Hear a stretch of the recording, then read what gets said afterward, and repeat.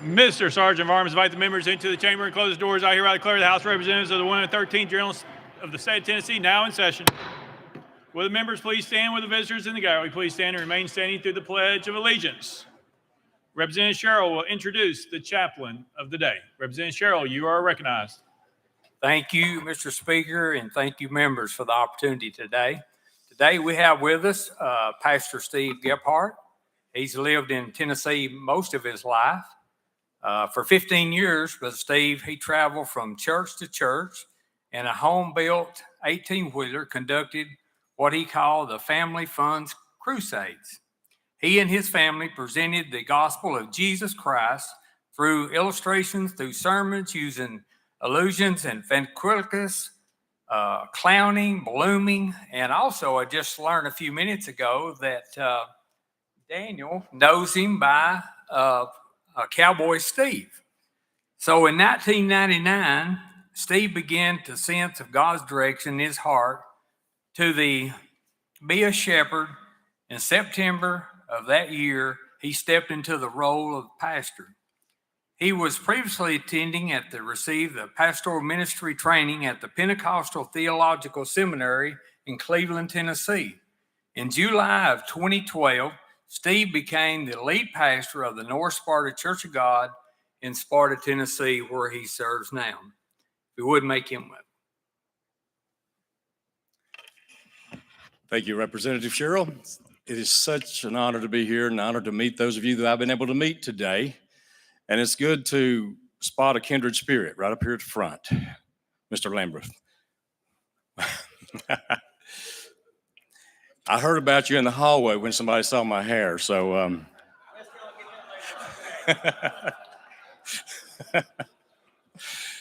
well, I was told it'd be okay to say a few words before I pray, and I asked God to help me to say something that would be an encouragement to you in the scope of the few minutes that I have to say today. And as I look right there, I could say as an encouragement to you all, wow, you all look really, really great. But some of you might decide to look around. Oh, did so-and-so not make it today? And you say, uh-oh, yeah, they're here. Now I know what happened. That preacher just lied. So the only way I know how to encourage anyone is through the lens of the Word of God. A brave shepherd who would become a king was inspired by the Holy Spirit many, many years ago to write the words, "The earth is the Lord's, and the fullness thereof, the world, and they that dwell therein." The Lord knows that people must have an organized structure in order to function as a society. And we know government is an organized structure for the purpose of organizing people. It's a series of systems by which guides and boundaries are put in place for the greater good of the populace. Christians believe that the God of the Bible, as the creator of mankind, knows best how to govern people. We believe that he is the best God and knows the best boundaries. Proverbs 19:21 says, "There are many plans in a man's heart, nevertheless the Lord's counsel, that will stand." And of course, that belief is not held by everyone. All lawmakers are not Christians, and not all the people that any of you represent are Christians. Not all people want guides and boundaries, and certainly not all of them want God's guides and boundaries. There are some who want guides and boundaries for others, but not for themselves. And the result is there are many, many opinions and many, many desires expressed to you, the representatives of the people. And you know that there's no way that you can honor the desire of every single person in your district. You've encountered some that were so off track with society that you're thinking, I'm so glad everybody's not like this. And some of them call themselves Christians. I know, I've met them in church. I've encountered them. In fact, there's been a few people that I have encountered that I've been tempted to pray, Lord, just call them to pastor and give them a whole church full of people just like them. I've not actually ever prayed that over some, but I have been tempted. And in the Bible, the prophet Jeremiah sums up the problem where he says, the heart is deceitful above all things and desperately wicked. Who can know it? What a negative way to look at people. However, when we examine the desires of people, we don't take long to realize that so many of them are quite self-centered. A great number are driven by I want what I want more than I'm concerned about what you want. And you encounter that, I'm sure, consistently. I encounter it consistently. And that puts leaders in a wavering position if they do not have an established foundation of belief. They're easily swayed. So, as you would expect, I today encourage each one of you to look to the Bible as that foundation of belief. Because within the scope of the guides and the boundaries that is so important, an aspect of that is a moral compass. And we expect our leaders to have a moral compass. We expect that of all of our leaders. And morals go beyond ethics. It goes beyond nobility. It even goes beyond honor. It's the principles of right and wrong. And it has to do with the goodness and the boundaries, or the badness of a person's individual character. And the two institutions looked to most for moral compass is the church and government. And I'm going to be honest with you, both of those cause me great concern. I'm not going to single out the government as being my cause of concern. I see the way the church is going across America, and I have great concern. Therefore, my focus of prayer so often is the church leaders across this nation and our government leaders across this nation. Those of you who are believers and followers of Jesus, as a representative of church leaders, let me say we need your prayers. Lift up your pastors. Lift up your church leaders in prayer. And be assured that you have our prayers. We're lifting you up and praying for God to just touch your heart and mind, personal with guidance, and also guidance as leaders of the people that you serve. Let's bow our heads in prayer. Father God, it's hard to face the reality of the fallen nature of mankind. But as we look at the condition of our society, we cannot deny it. But Lord, I'm so glad, I am so thankful that you gave us the solution through the death, burial, and resurrection of your Son, Jesus Christ. And I'm so thankful that your word tells us that if anyone is in Christ, they are a new creation. Old things are passed away. Behold, all things have become new. And we know that that happens because of your love for us and our individual decision to follow you. And today I pray over these government leaders who are leading the people of Tennessee. Help them to look beyond the mixed voices, the mixed desires of those that they represent, and become determined to first and foremost represent you as they seek your divine guidance. In Jesus' name, amen. Representative Sherrill will lead us in the Pledge of Allegiance. Attention, salute, pledge. I pledge allegiance to the flag of the United States of America and to the republic for which it stands, one nation, under God, indivisible, with liberty and justice for all. Thank you.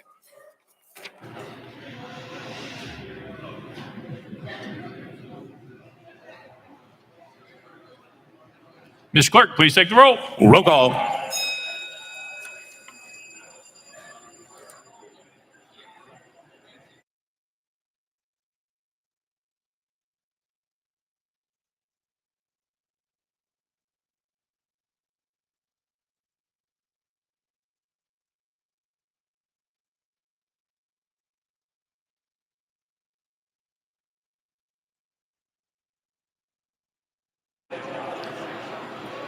Mr. Clerk, please take the roll. Mr. Speaker, 90 members present. Let the journal reflect Representatives Vaughn, Farmer, Hale, and Baum are excused. Next order, Ms. Clerk. Welcoming and honoring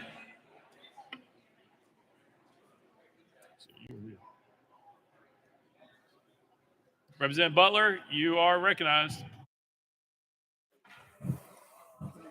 Thank you, Mr. Speaker. I request that the Sergeant at Arms escort our guests into the chamber. Mr. Sergeant at Arms, escort the guests to the well.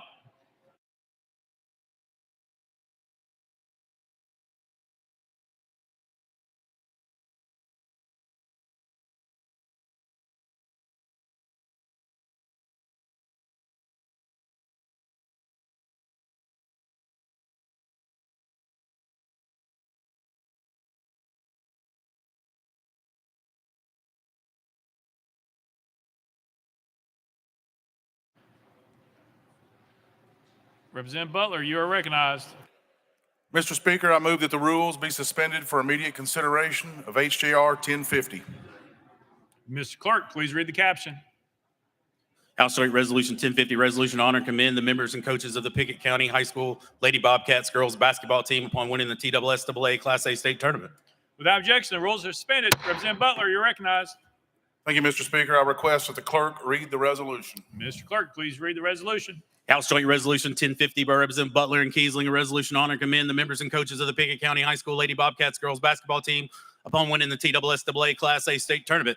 Whereas it is fitting that the General Assembly should salute those student athletes who, through their extraordinary efforts, have distinguished themselves as true champions of whom we can all be proud. And whereas one such exemplary group of young women is the Pickett County High School Lady Bobcats basketball team, whose members have proven themselves to be the fiercest of competitors and truly worthy of admiration by claiming the TSSAA Class A tournament championship for the sixth time in school history. And whereas veritable powerhouse in Tennessee girls high school basketball, Pickett County advanced to the state tournament after winning the District 7 and Region 4 championships. And whereas within the friendly confines of Middle Tennessee State University's Murphy Center, the Lady Bobcats blasted Cloudland 54-31 in the quarterfinals, defeated Wayne County 59-54 in the semifinals, and topped Moore County 56-45 in the final game to be crowned state champions. And whereas the Pickett County Lady Bobcats finished the season with an impressive record of 29-2 in their school's sixth state championship.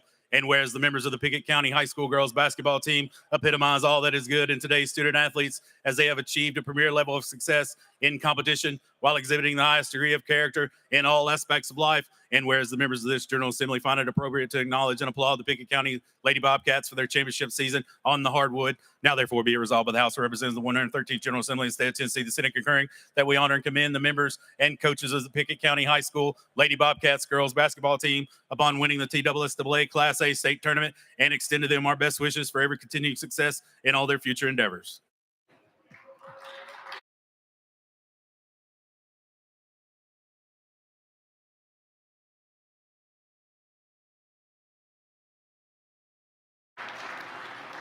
Representative Butler, you're recognized.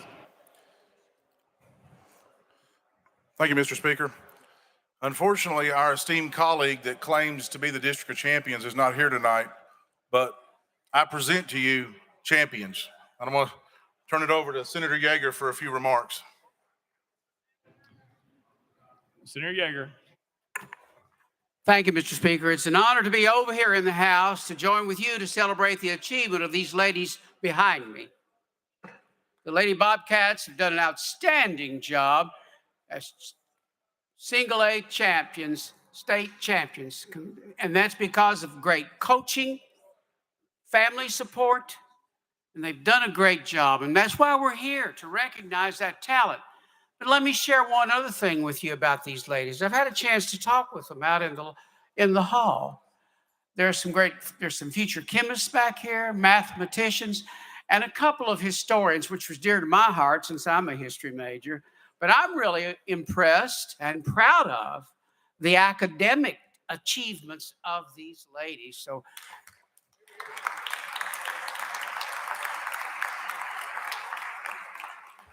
again, thank you for letting me come over and join you to celebrate this achievement. And I'll turn the microphone over to my colleague and friend, Kelly Kiesling. Representative Kiesling. Thank you, Mr. Speaker. I'm disappointed in this whole chamber right now. I got silence. I didn't hear a dadgum whistle when these girls came up through here. Not a whistle. But you can save that as they exit. I want to again personally point out the parents who took time to come down here today to be with them. They're the mentors. They're the ones that inspire these kids. That's right. Give them a hand. Thank you. Thank you, parents. Thank you.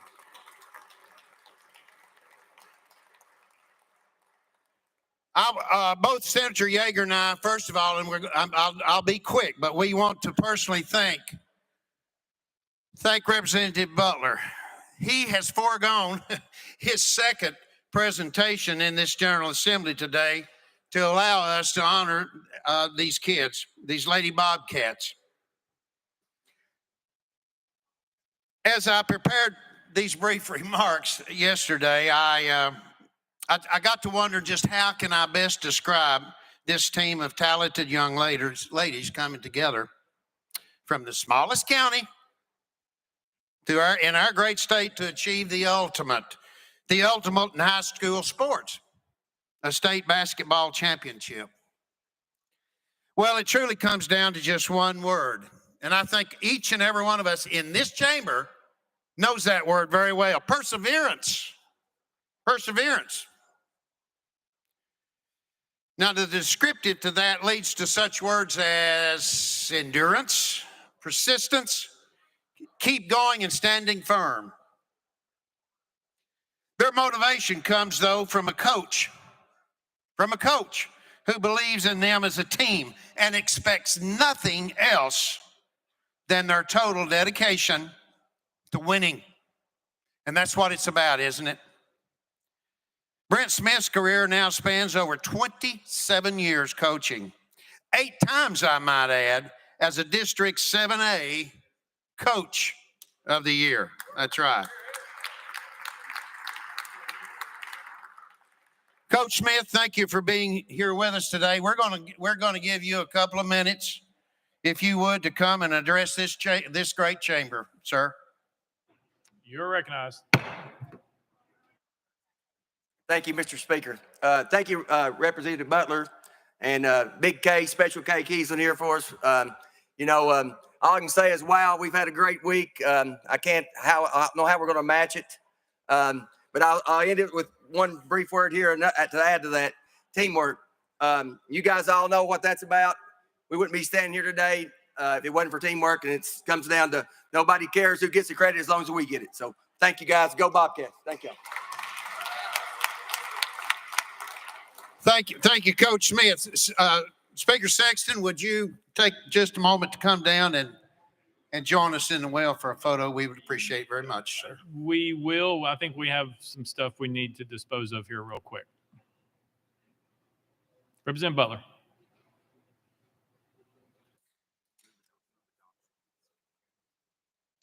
Thank you, Mr. Speaker. I move adoption of H.A.R. 1050. Representative Butler, would you like for all those voting in the affirmative to be listed as co-prime sponsors? Yes, please. Without objection, exclusions duly noted. Representative Butler moves adoption of House Joint Resolution 1050, properly seconded. Any objection to the question? Seeing none. All those in favor say aye. Aye. All those opposed say no. The ayes have it. I declare it adopted. Without objection, the most reconsidered is tabled. Representative Butler, you're recognized. Thank you, Mr. Speaker.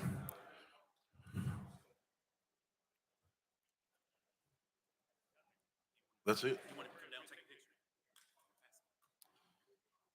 Thank you, Mr. Speaker. If you would come down and take a picture with us, we'd appreciate it.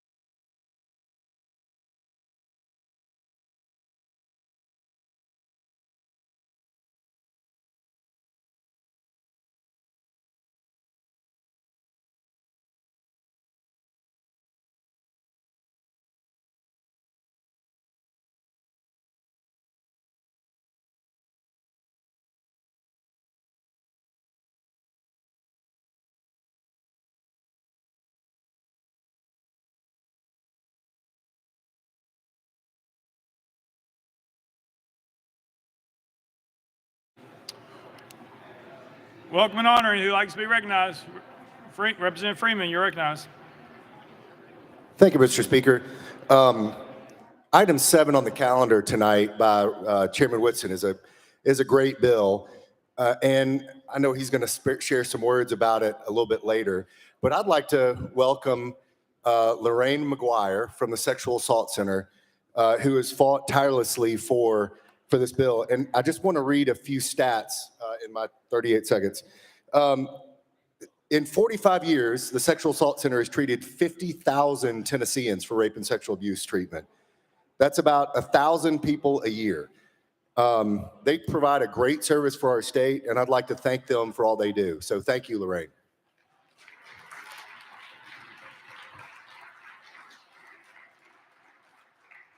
Representative Grills. Thank you, Mr. Speaker. I just wanted to let everyone know that I have a little girl here with me today that I brought from home. My oldest up there on the left, Hadley. She's going to spend the week with me. And then to her left, I have my cousin and his wife and his little boy. That's Andy Grills, Jennifer Grills, and his little boy, Nolan. They've come up to spend the afternoon with us. So y'all make them feel welcome.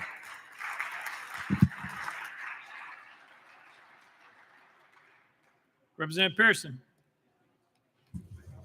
Thank you, Speaker. Just two things. One, I just want to acknowledge my intern, Jermaine, who's been in our office working diligently and really hard throughout this session. And so appreciate you, Jermaine. And so if you would want to give him a round of applause for his work. It's always good to see college students getting engaged in the process as they lead the next generation.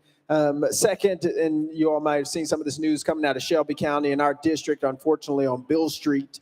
An individual was murdered over this weekend while we were all away or at home. This is an epidemic. I continue to say that because it requires much more significant attention and much more significant work if we're to stop waking up to these tragedies and these traumas happening in our communities. This person, of course, didn't have a permit to carry. We have to change these laws in order to make our community safer, as they ought to be for everybody. Representative McCalman.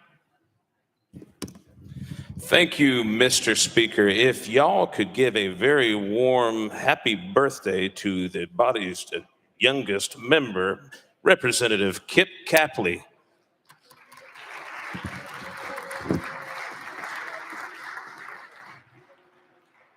Representative Doggett.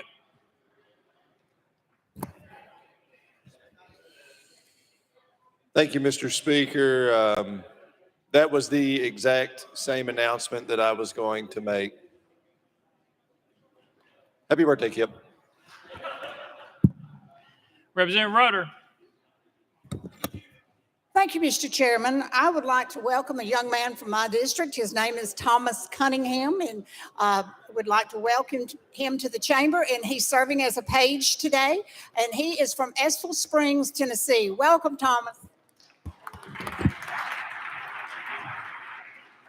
Representative Davis. Did I see your hand earlier? Maybe not. Yes, thank you, Mr. Speaker. I just wanted to say happy birthday to the youngest member of our General Assembly.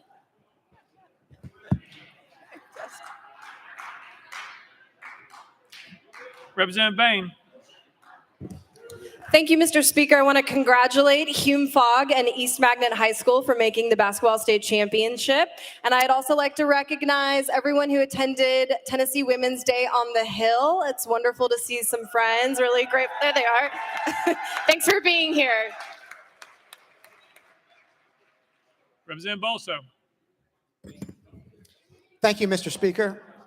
I would like to welcome a page that we have with us here tonight, a young lady, Renaz Jamal, who's a junior at Franklin High School. She's passionate about civics and state government. And if you all would please give her a warm welcome. Thank you. Representative Thompson.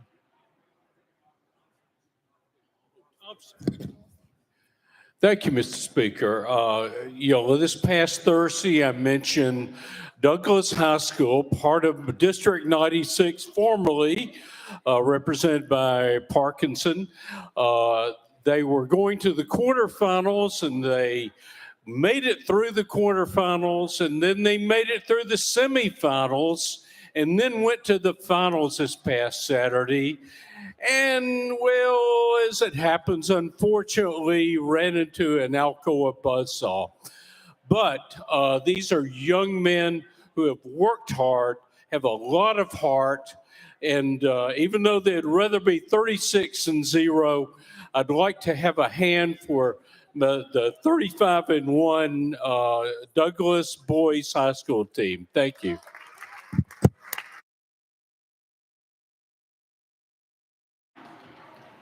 Representative White. Thank you, Mr. Speaker. I want to recognize my wife, Kathy, is here somewhere in the galley. I don't know which side, but she's here with me this week. And then we have the Shelby County Republican women up here, back over here. I want to welcome them. Thank you. Chairman Faison. Thank you, Mr. Speaker. Ladies and gentlemen, we do have several hundred of the brain trust of the GOP in the House chamber today. The GOP ladies are all up scattered. Will y'all make them feel welcome, please?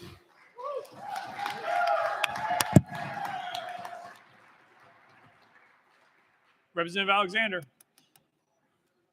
Thank you. And among those women, I'd like to welcome Sharon Boring from our district and some of the women from our club of the Federated, she is the president this year of the Tennessee Federated Republican Women. Welcome, Sharon. Representative Terry. Thank you, Mr. Speaker. I'd like to congratulate the MTSU Lady Raiders on winning their back-to-back Conference USA basketball championship and wish them well in the NCAA tournament this week as they take on Louisville.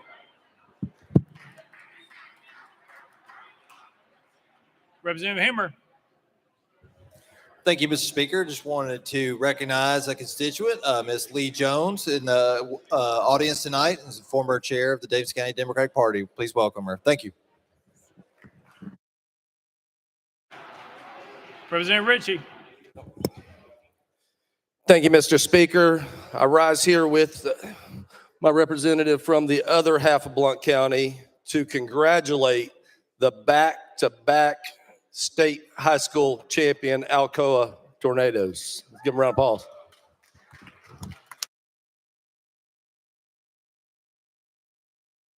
Anyone else wishing to be recognized under welcoming and honoring? Seeing none. Mr. Clerk, next order. Introduction of resolutions. Lear Lambert, you're recognized. Thank you, Mr. Speaker. That all resolutions properly filed be introduced pursuant to Rule Number 17 and placed on the consent calendar, refer to the appropriate standing committee. Without objection, so ordered. Next order, Mr. Clerk. Senate Joint Resolutions congratulatory and memorializing. Lear Lambert, you're recognized.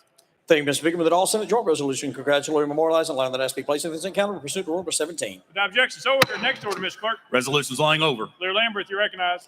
Thank you, Mr. Speaker. That all resolutions lying over be referred to the appropriate standing committee. Without objection, so ordered. Next order, Mr. Clerk. Introduction of bills. Lear Lambert, you're recognized. Thank you, Mr. Speaker. That House Bills 2,998 through 2,999 be introduced and passed on first consideration. Without objection, so ordered. Next order, Mr. Clerk. Senate bills on first consideration. Lear Lambert, you're recognized.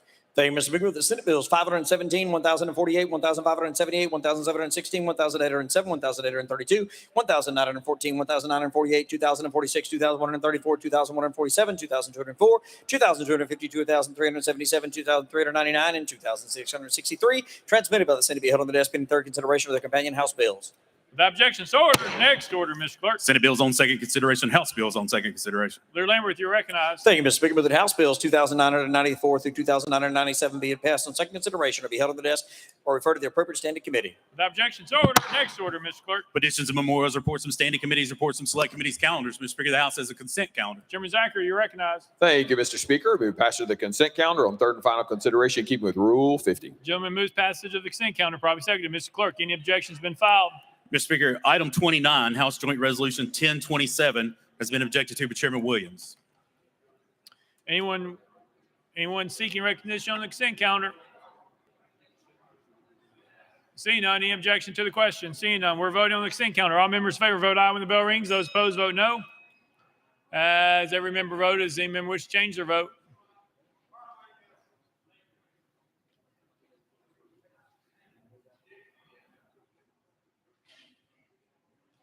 Mr. Clerk, please take the vote.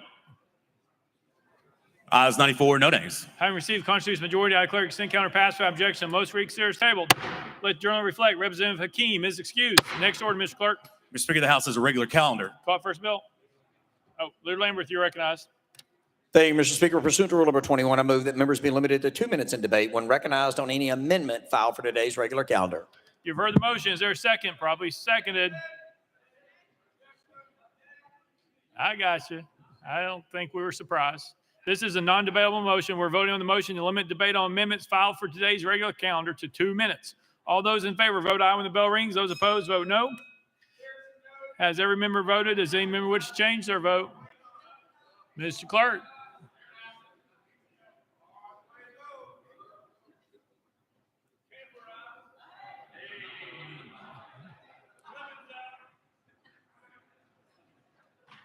Mr. Clerk, please take the vote.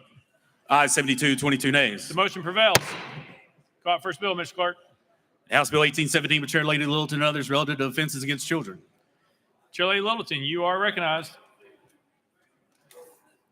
Thank you, Mr. Speaker. I move passage of House Bill 1817 on third and final consideration. Chair Lady Littleton moves passage. By me second, Mr. Clerk, call First Amendment. House Criminal Justice Committee Amendment number 1. Chairman Halsey, you're recognized. Thank you, Mr. Speaker. Move to adopt, defer to the sponsor for further explanation. Chairman Halsey moves adoption of Committee Amendment number 1. Probably seconded. Any discussion on the amendment? Seeing none. All those in favor of Committee Amendment number 1 say aye, aye. All those opposed say no. The ayes have it. You adopted. Next amendment, Mr. Clerk. Mr. Speaker, no further amendments. Chair Lady Littleton, you're recognized. Thank you, Mr. Speaker. As amended, this bill enhances from a Class D felony to a Class B felony the penalty for a person who negligently by act or omission engages in conduct that places a child 8 years of age or less in imminent danger or of death, bodily injury, or physical or mental impairment. With that, I renew my motion. Chair Lady Littleton renews the motion. Any discussion on the bill? Representative Pearson, you're recognized. Thank you, Speaker and sponsor. I see a couple of times here you're moving from a Class A misdemeanor substituting to a Class D felony in Section 1 and Section 2, deleting Class D felony, moving to a Class B felony. Are you using any research to say that by increasing these penalties is going to make any child safer? Chair Lady Littleton. Thank you, Mr. Speaker. Well, that is the hope. And I guess I need to explain that there was a little 2-year-old boy a few months ago that got his dad's fentanyl, and he passed away from that. So this is to protect those children, and at least to punish those that cause harm to their children. Representative Pearson. Thank you. And I appreciate that qualitative sort of example. But there's another $1 million in state expenditures that this will cost for increased incarceration, fueling further the carceral state that is getting way too much money from taxpayers. But there are, from what you have at least shared, there's no research saying that by increasing more penalties, making things more felonies, is actually going to prevent any of these tragedies from happening. And maybe I missed it, but in here, did you mention anything to deal with substance abuse use or helping parents who are addicted or on these drugs like fentanyl in the example that you mentioned, or is your resolution only more incarceration? Chair Lady Littleton. Thank you, Mr. Speaker. And if you'll notice, it says that the fiscal note is non-significant, but there are other bills. There are probably 10, 20 other bills to help people that are with addiction, but not this bill. Representative Pearson. Thank you. Look, I don't think incarcerating people is a solution to any public health or public policy problem. And increasing these penalties is going to increase the amount of people who are going to be incarcerated, not be rehabilitated, not be helped in order to make our communities and their own families safer. I think we need to make sure kids are protected and are in safe situations. And the one you mentioned obviously is not one of those instances. I believe this probably could be used if a child uses a firearm of their parent and hurts themselves or others. And so this would incarcerate that parent. So I do understand the need for penalties, but what I cannot consent to, what I will not agree to, is more taxpayer dollars being used to increase the amount of people who are incarcerated, which will ultimately balloon our carceral state, continue to give money to private prisons, continue to give money to the people who uphold those institutions that incarcerate folks. And so for those reasons, I cannot be for this legislation, although I appreciate your explanation and intent of making our communities and our children's more safe. But I do not believe, and as you have not been able to articulate, incarceration is going to get us there. Thank you. Chair Littleton. I renew my motion. Representative McCalman. Thank you, Mr. Speaker and sponsor. Thank you for bringing this bill. I think that if we should be coming down as hard as we possibly can on people who would commit atrocities and neglect the least of these. I am firmly a believer in they should throw a rock around their neck and toss them into the abyss. So thank you for bringing this bill. It's a good bill, and I look forward to voting for it. Thank you. Any further discussion? Seeing none. Any objection to the question? Seeing none. All those in favor of House Bill 1817 as amended, vote aye when the bell rings. Those opposed, vote no.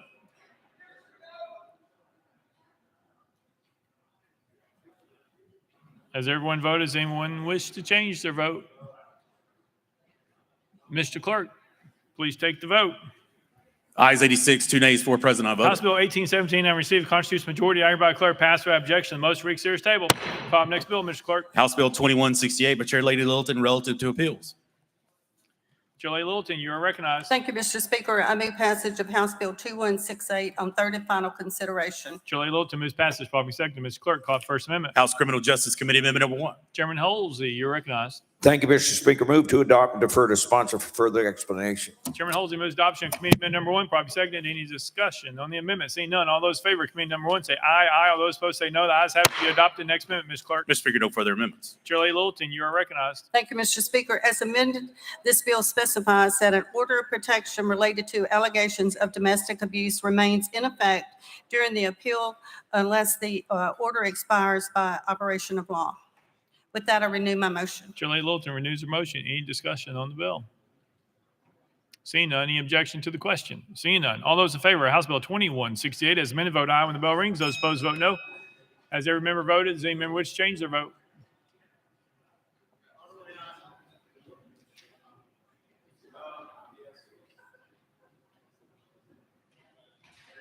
Garrett, aye. Mr. Clerk, please take the vote. Ayes 91, no nays. House Bill 2168 having received a constitutional majority, I hereby declare passed without objection. The motion reads serious table. Call the next bill, Mr. Clerk. House Bill 2048 by Representative Martin relative to captive insurance. Mr. Speaker, the Senate bill is on the desk. Representative Martin, you are recognized. Thank you, Mr. Speaker. I move to substitute and conform to SB 2024. Representative Martin moves to substitute and conform to Senate Bill 2024. Probably second. Without objection, so ordered. Representative Martin. Thank you, Mr. Speaker. I move passage of Senate Bill 2024 on third and final consideration. Representative Martin moves passage of Senate Bill 2024 on third and final consideration. Probably second. Mr. Clerk, call it First Amendment. House Insurance Committee Amendment number 1. Mr. Speaker, it's the same as Senate Amendment number 1. Chairman Kumar, you're recognized.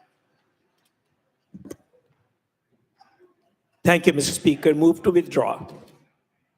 Without objection, committee amendment number 1 withdrawn. Next amendment, Ms. Clerk.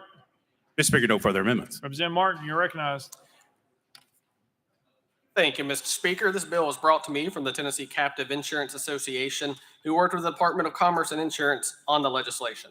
About every other year since 2011, this body has created legislation that helps update our captive insurance to ensure that our state is staying competitive with other states around the country.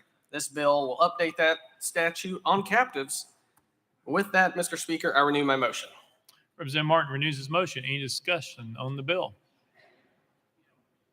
Seeing none, any objection to the question? Seeing none. All those in favor of Senate Bill 2024, vote aye when the bell rings. Those opposed, vote no. Has every member voted? Does any member wish to change their vote?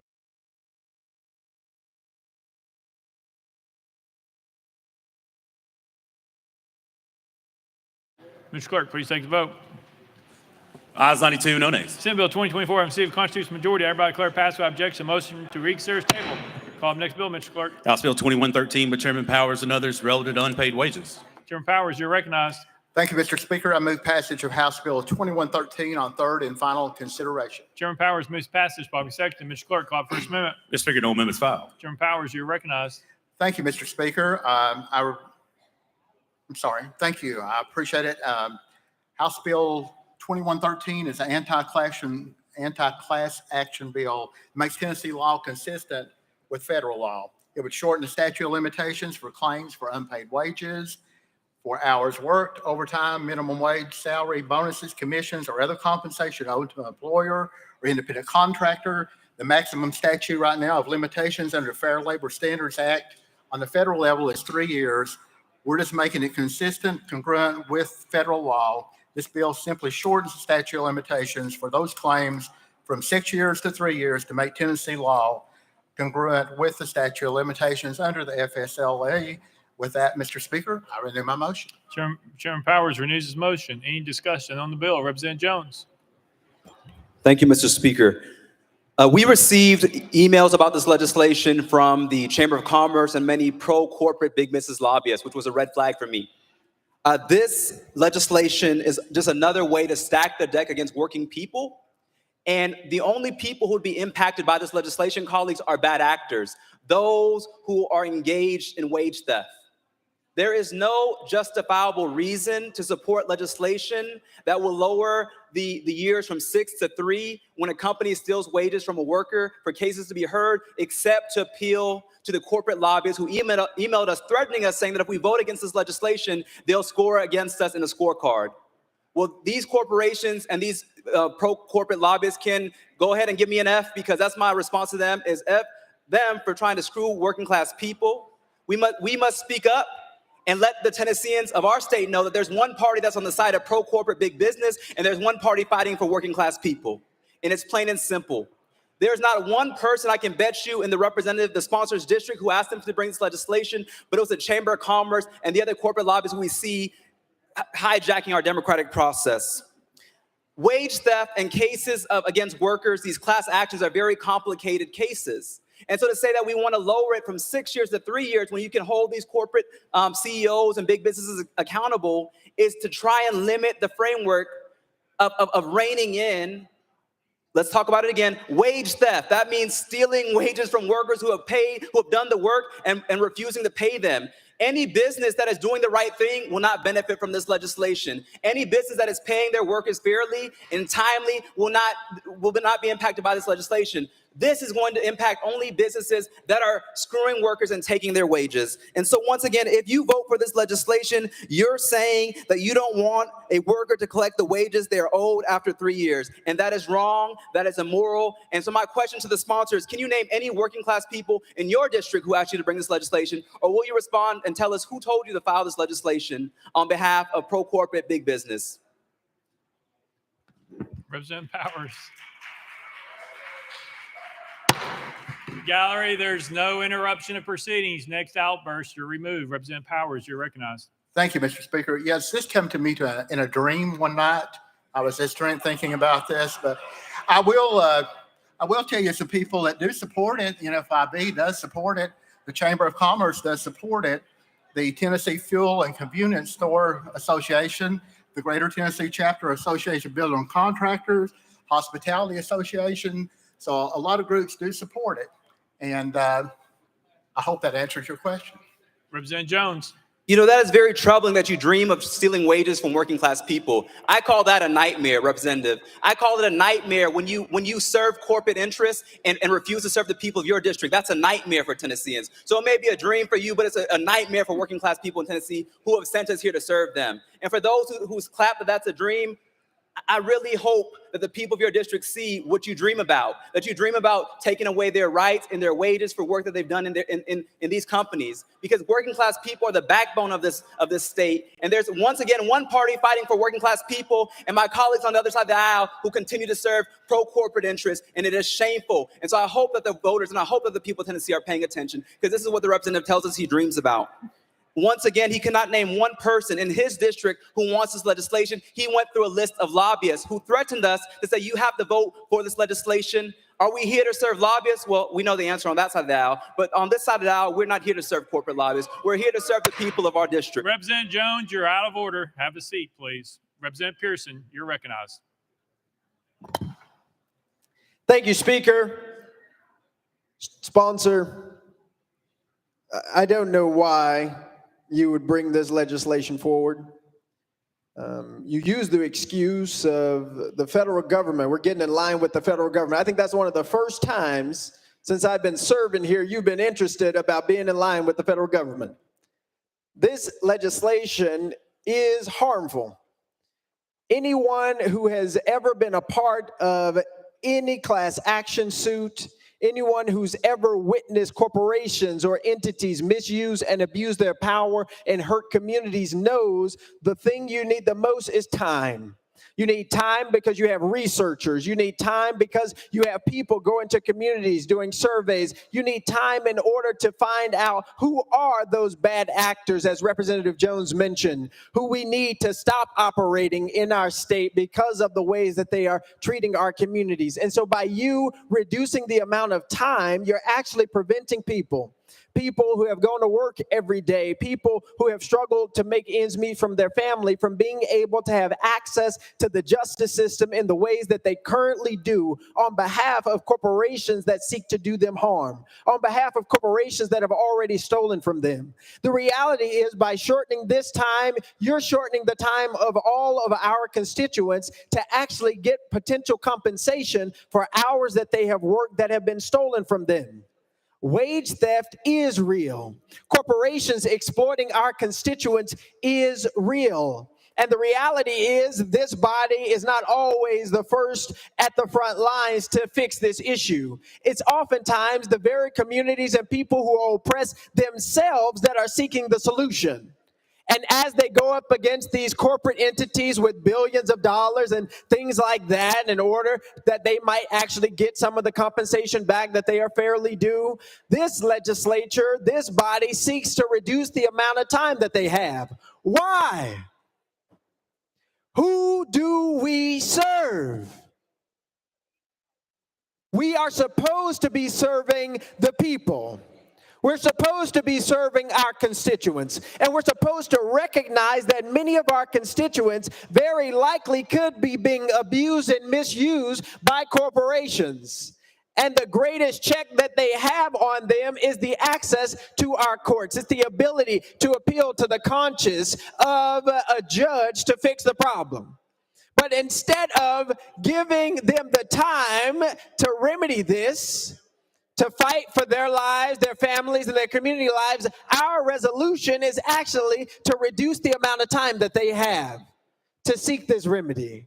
So I go back to the question my colleague, Representative Jones, mentioned. It's who are we here to serve? Is it the lobbyists and the corporate interests, or is it the people?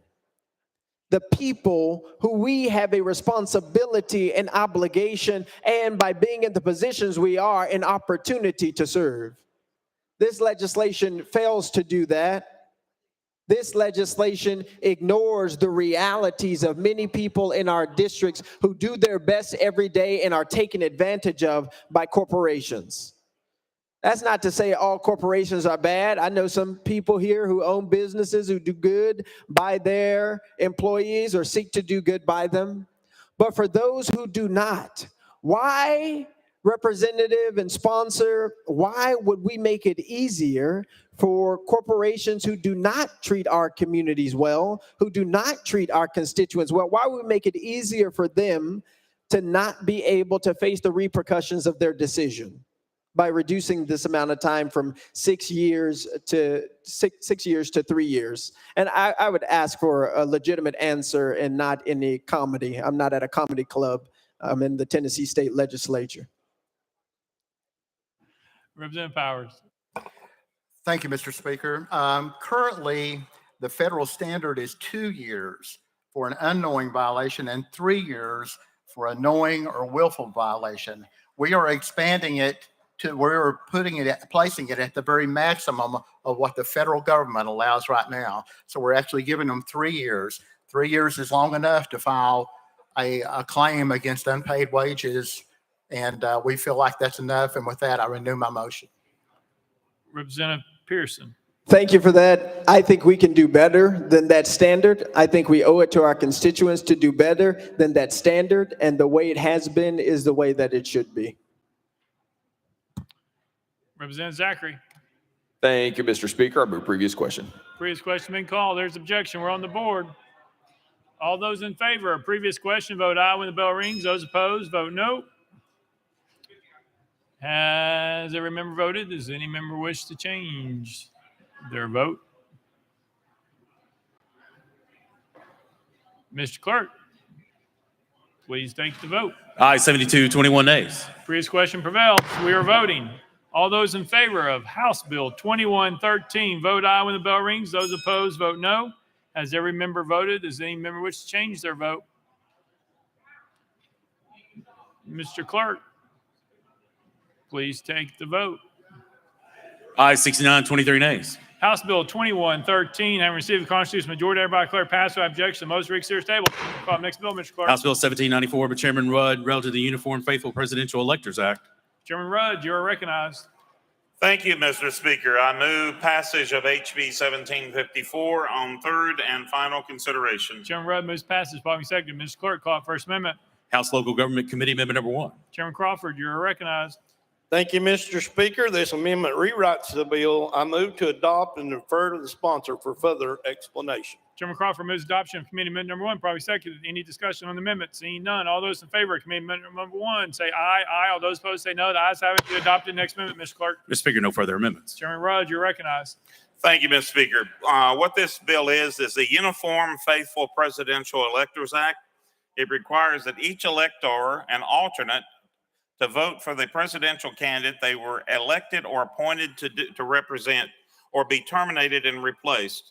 The way this, and this is for both parties, the way this works is all the electors who actually elect our presidents convene at each state capital, and the governor and the secretary of states are there to make sure the process is approved in case they have to sign anything. And these electors meet and they cast their votes for their presidential candidate that they were elected to do. And what this bill would do, that if either on the Democrat or the Republican side, that if an elector who was elected to say vote for Trump or vote for Biden cast their vote for another candidate, they would immediately be terminated and the alternate would take their position. And like I said, the governor and the secretary of state are always there to sign any documents needed. In this process, they usually convene on a Saturday. And that's all this bill does, Mr. Speaker. And with that, I renew my motion. Chairman Rudd renews his motion. Any discussion on the bill? Representative Pearson. Thank you so much, Speaker. And sponsor, I think I am supportive of this bill. Just one piece of clarity. Would this prevent sort of the fake electors that happened with the former President Trump from happening? Chairman Rudd. I'm not sure. You have to explain. Representative Pearson. Thank you. So 2 days before, there's an article about this. 2 days before the January 6th insurrection, the Trump campaign's plan to use fake electors to block President-elect Joe Biden from taking office faced a potentially critical hiccup. The fake elector certificates from 2 critical background states were stuck in the mail, believe it or not. So Trump campaign operatives scrambled to fly copies of the phony certificates from Michigan and Wisconsin to the nation's capital, relying on a haphazard chain of couriers, as well as help from 2 Republicans in Congress to try to get the documents to then Vice President Mike Pence while he presided over the Electoral College certification. The operatives even considered chartering a jet to ensure the files reach Washington, D.C. in time for the January 6, 2021 proceeding, according to emails and recordings obtained by CNN. So would this legislation prevent fake electors from being able to do something as was described here? Chairman Rudd. I'm not familiar with what you're saying. Now, there are 2 processes, and I think what you're referring to or your article says there is a congressional senatorial part that votes to approve to send them to the states. This would not affect the federal part. This would simply state that the Tennessee electors that were elected here in this state would have to cast the vote for who they were elected to do so or be terminated and replaced. Representative Pearson. Okay. And I believe several states actually have done something similar to this to ensure that folks send the people that they're supposed to. But this isn't addressing sort of the issue of election integrity as it relates to people having fake electors in our state or at the federal level. Chairman Rudd. If that existed, that would be in Worcester. That wouldn't be here. On both sides in the last election, we had both Democrat and Republican electors attempting to cast votes or casting votes for candidates other than the ones they were elected to do so. So this would address that problem to make sure it never happened here. And to date, it has not happened here to my knowledge.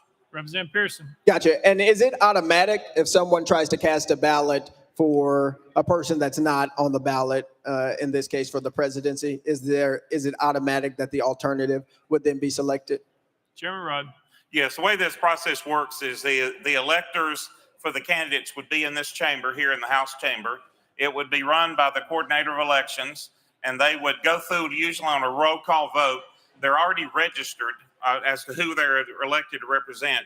If they cast a vote for someone other than who they were elected for, it would stop at that point and they would appoint the alternate. They'd be terminated immediately. Representative Pearson. Gotcha. Thank you so much, sponsor. Leader Camper. Thank you, Mr. Speaker. He just answered my question. All right, very good. Representative Parkinson. Thank you, Mr. Speaker. I think I'm clear. So those individuals that would cast the vote, how many electors do we get, first of all, from Tennessee? Isn't it 9? 11? Chairman Rudd. I believe it's 11. I believe, yeah, 11. Representative Parkinson. Thank you, Mr. Speaker. 11. Right, so we get 11. And what your bill would do would make sure that whoever they're supposed to cast their vote for, they would have to, whichever presidential candidate, they would have to cast it for that presidential candidate, correct? Chairman Rudd. Yes, thank you. Let's say that Ms. Camper and Mr. Clemens were both delegates, and one of them, let's say that Ms. Camper was the lead, the delegate, and Clemens was the alternate, and she cast her vote for someone other than who she was elected to represent. She would be immediately terminated, and Clemens, as the alternate, would take her place, and that's how that process would work. And like I said, both Democrat and Republican electors, the governor and the Secretary of State's there to sign documents. They would immediately sign those documents to appoint that. Then the process would continue. Representative Parkinson. Thank you, Mr. Speaker, and thank you, Mr. Sponsor. And let me ask this. So Tennessee, are we a winner takes all state, or are we a state that could have divided delegates? Chairman Rudd. I believe if it's still in place, the way the state, each party is different. They adopt their own rules. I don't know what the Democrat state party has adopted. Tennessee has always been a state proportional to the ballot. The electors are proportional to the ballot. Now, before the electors are chosen, when we send rules, we are not a winner. We are a winner take all. All goes to the whoever won the presidential election. Now, at the convention level, when the delegates, not the electors, are chosen, that's determined by each party, and each party has separate rules how they do that. But at the electors, we're winner take all.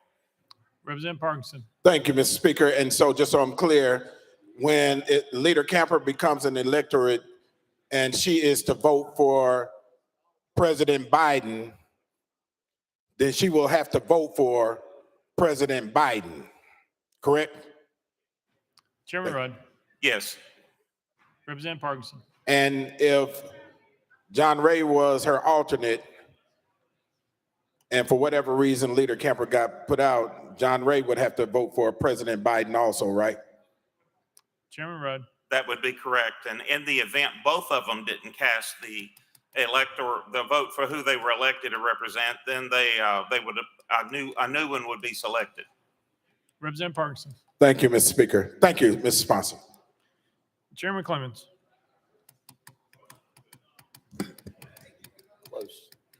Thank you, Mr. Speaker. So the bill sounds good. My question is in the details of the process itself. You say in here that the Secretary of State must a political party contesting the position must submit to the Secretary of State the names of additional qualified individuals. So what discretion or what limitations are on the political party, whether it be the Democrat or Republican Party, as to who they submit, aside from someone who certified that they would support X candidate? Chairman Rudd, you're recognized. Well, that's even though the whole code is listed here, that's already in code now. My understanding, each party is committed to appoint. In other words, if both of you or there wasn't a delegate or an alternate, the party would recommend the replacement. Chairman Clemens. Thank you, Mr. Speaker. So, yeah, I see in the bill here that the actual electors who are present by 9 a.m. would vote to select that individual. Now, would that individual have to be here and waiting, hoping to get elected because something went wrong? Or how does that work if that individual is also not here by 9 a.m.? And how many people are going to be in the room or allowed in the chamber with the electors? Because I think that's where we have some problem is you have your electors that are admitted to the room. But then if you have others in the room, things get a little bit hairy at times. So how does that process work? Chairman Rudd. I wasn't here for the Electoral College when they met, but it's my understanding that only officials can be on the floor, but the gallery is a public process. They can't have visitors. And it's same as we do here. If they were disruptive or threatening, they would be removed. Chairman Clemens. Well, my question is, how are the electors going to know for whom to vote? So if you've got your only your electors, officers on the House floor, let's say, and you don't have your candidate or your alternate ready, or they're not here by 9 a.m., is the political party or the electors just going to choose from thin air, or how does that process work? Chairman Rudd. Of course, the electors are actually the campaign in respective, whether it be Joe Biden or Donald Trump, would actually play a part in choosing those electors to make sure they're reliable people, and they would take part in make sure their people are here. And then the state themselves, given it's a small number of people, it's 11 people plus 11 alternates. They both the Secretary of State's office and the coordinator of elections would be contacting all those people to make sure they're here and they'd have their records, who they were selected. They were already pre-selected before they got here, so they know who they're supposed to vote for. And they sign in and sign their paperwork and a pledge. There's a whole host of paperwork they got to sign both here and for federal reasons. And so that process is still in place. It hasn't been changed with this bill. Chairman Clemens. Thank you, Mr. Speaker. Last question. So what happens if the person for whom you've been certified, because it is a winner-take-all state, what if something happens to that candidate between the day of the election and the day of the electors' vote? Chairman Rudd. If, again, this bill does not address that. This is only about if a delegate doesn't, if that process is already both at the federal and state level is already in process, it doesn't alter that. Chairman Clemens. Well, my concern there is if you have all your certified electors show up who have promised to vote for X candidate, and that X candidate is no longer able to hold office or be elected, there doesn't seem to be any provision in there allowing you duly elected electors to vote for anyone else. So I guess that's a problem that I see. Chairman Rudd. Again, that process is already in place at both the national and state levels. And we are not addressing that because we're not changing it. The only thing we're addressing for the most part here, we're either clarifying what there's been a question of, but mainly to replace a Tennessee delegate, one of the 11, that does not vote for the candidate they were selected to. That's really all we're, for the most part, addressing, other than clarifying other parts of the cleanup bill, clarifying other parts of legislation. But again, we're not changing that part. That process is already in place, and we are not addressing it for that reason. Representative Travis. Thank you, Mr. Speaker. Call previous question. Previous question been called. Any objection to the question? We're voting on previous question. We see objection. All those in favor of previous question vote aye when the bell rings. Those opposed vote no.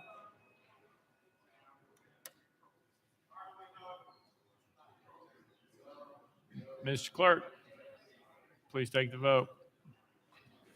Aye, 72, 20 nays. Previous question prevails. We are voting. All those in favor of House Bill 1794 as amended vote aye when the bell rings. Those opposed vote no. As every member voted, does any member wish to change their vote?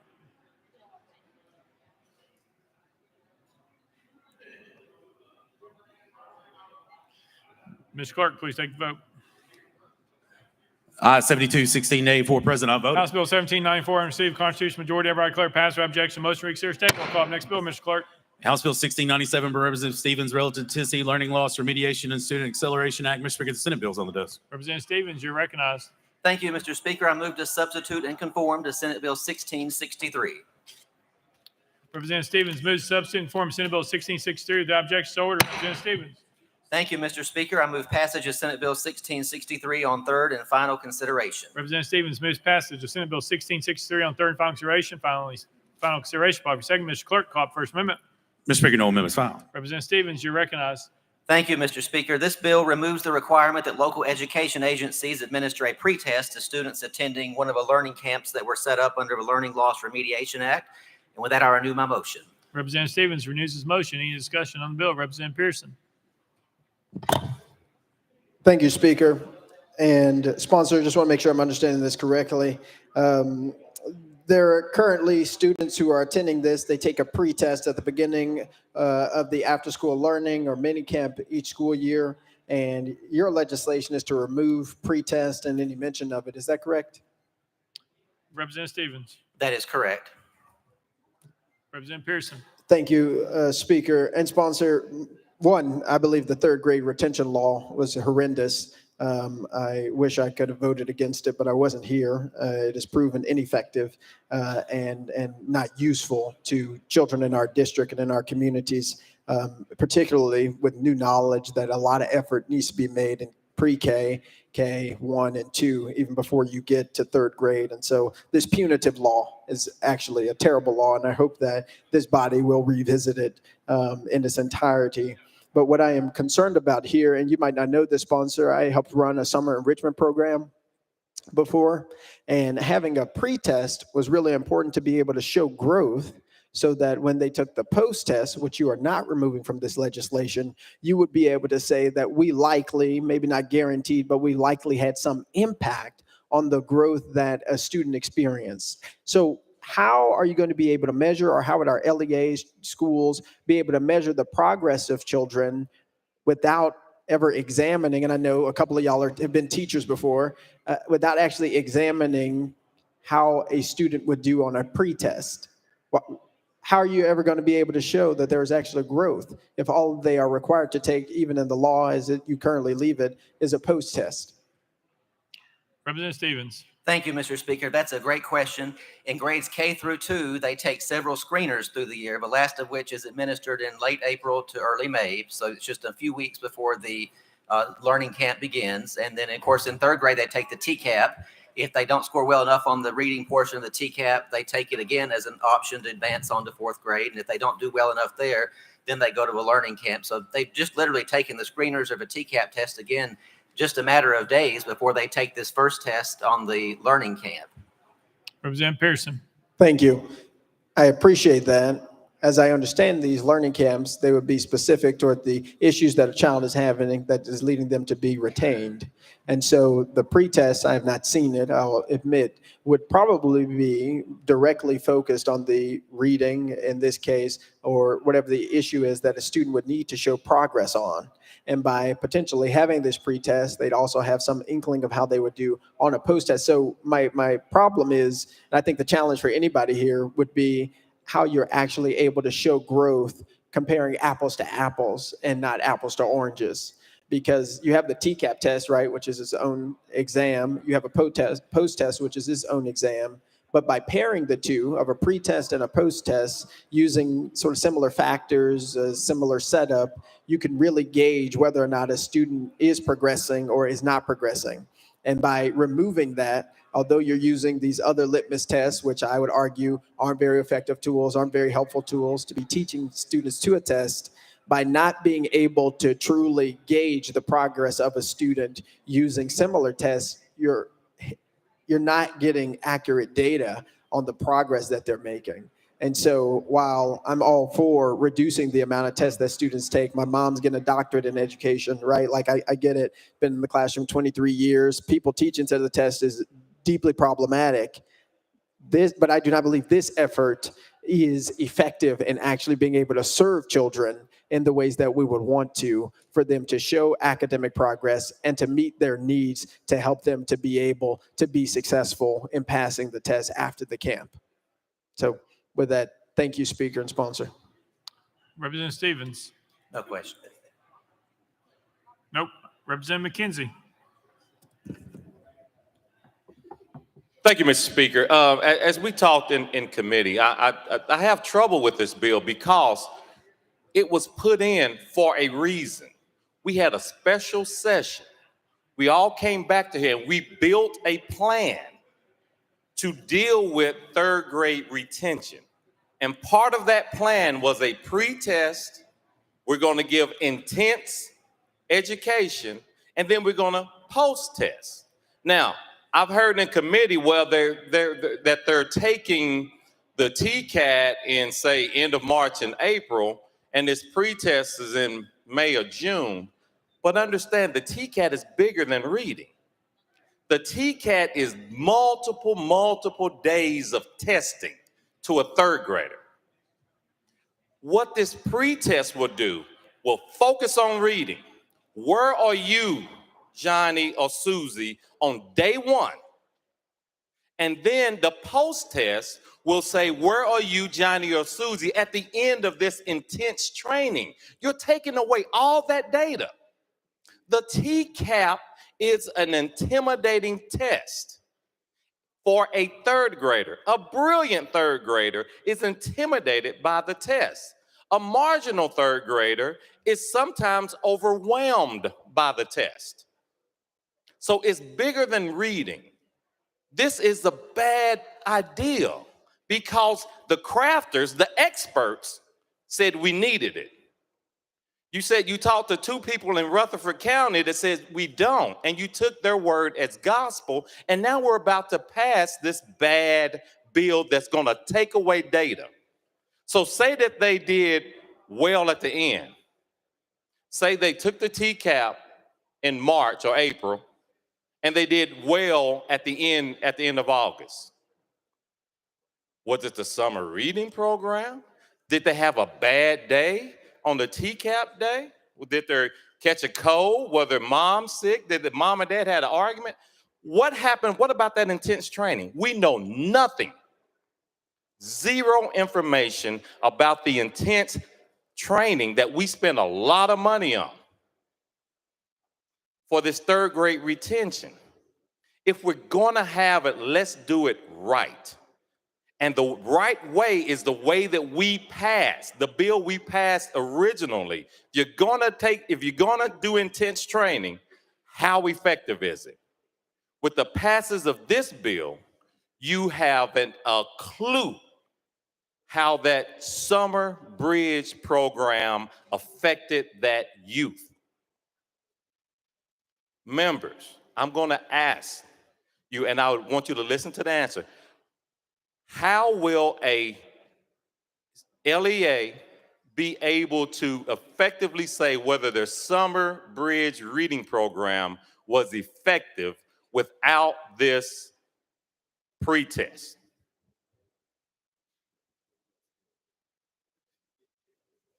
Representative Stevens. Thank you, Mr. Speaker. As I said earlier, they take the screeners through K through 2, and they have the TCAP in the third grade. The Department of Education believes there's plenty of data to compare it with. Our reading specialist that we met with, and it wasn't just two people, it was reading specialists from around our district and the people that work with the summer camps.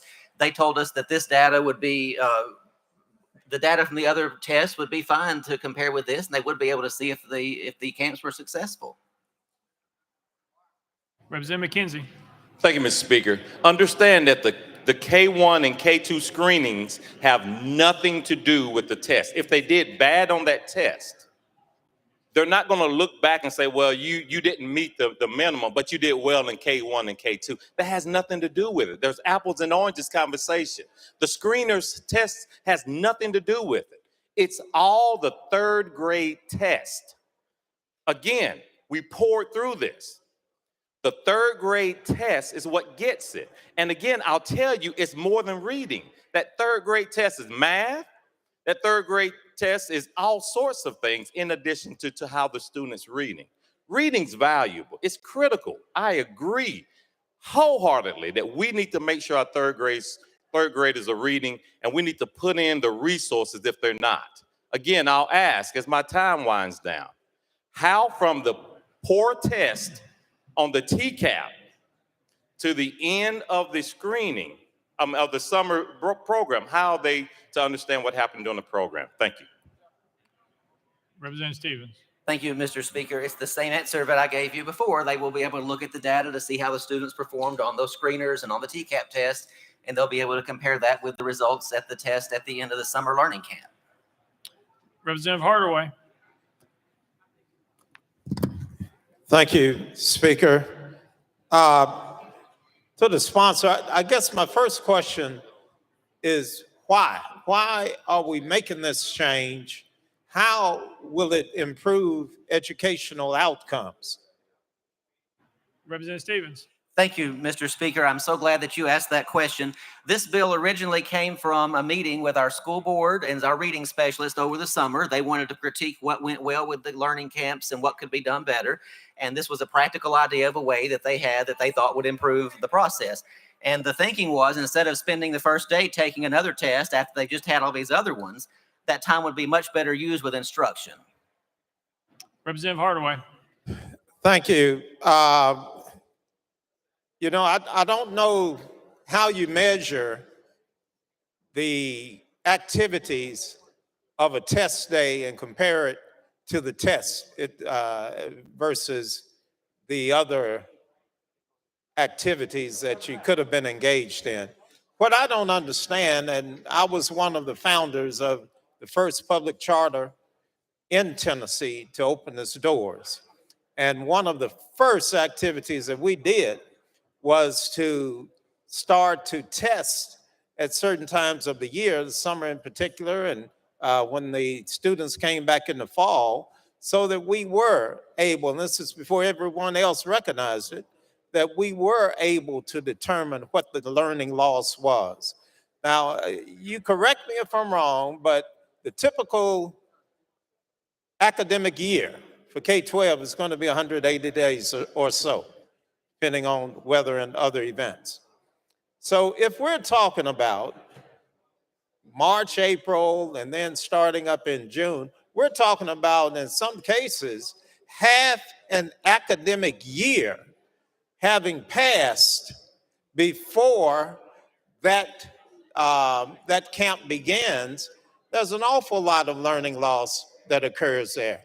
That's one reason that we tested at the beginning of the school year, because those few months during the summer caused learning loss that we had to address. So I'm having a difficult time figuring out why we would take something that's working and giving us critical information that we could and should use in order to design programming to those students and throw it out the window. Is there any evidence that you have of it not working? To the sponsor. Representative Stevens. Thank you, Mr. Speaker. So it's not several months before their last test. They take the benchmark in March, the TCAP test in April, the ELA specific retest in May, which is the baseline, and then they have their summer school. So they have these screeners in K through 2, the last one of which is given at the end of April or early May. The TCAP test for 3rd through 8th graders is taken in late April or early May. So this is just a matter of weeks or days before the summer camp starts. This is not a long time. Representative Hardaway. Thank you. And I appreciate that information. You gave it to us before.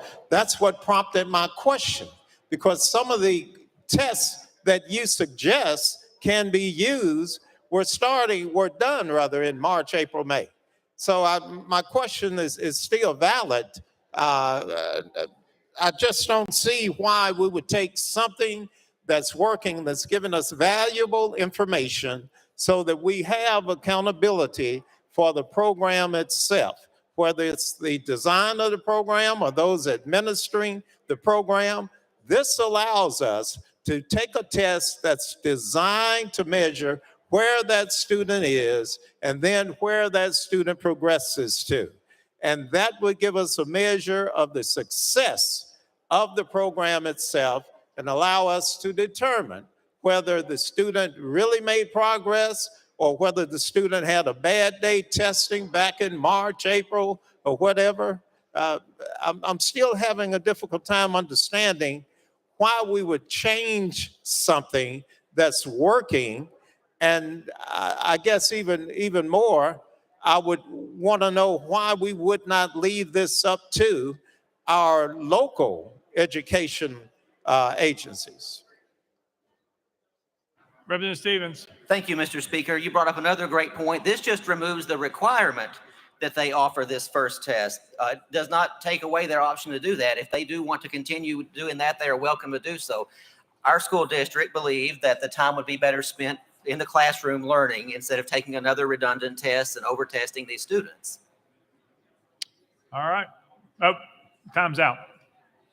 Representative Ritchie.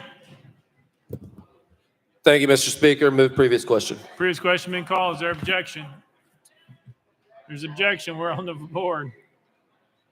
All those in favor of previous question vote aye when the bell rings. Those opposed vote no. Has every member voted? Does any member wish to change their vote?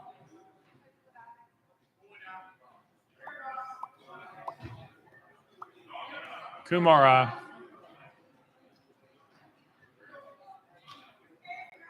Carringer, aye. Mr. Clerk. Moody, aye. Please take the vote.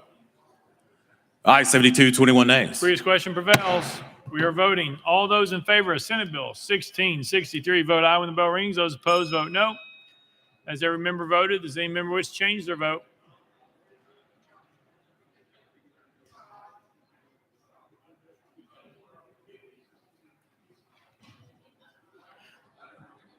Mr. Clerk, please take the vote. Aye, 71, 23 nays. Senate Bill 1663, having received the constitutional majority, I hereby declare passed without objection. The motion reconsider is tabled. Call the next bill, Mr. Clerk.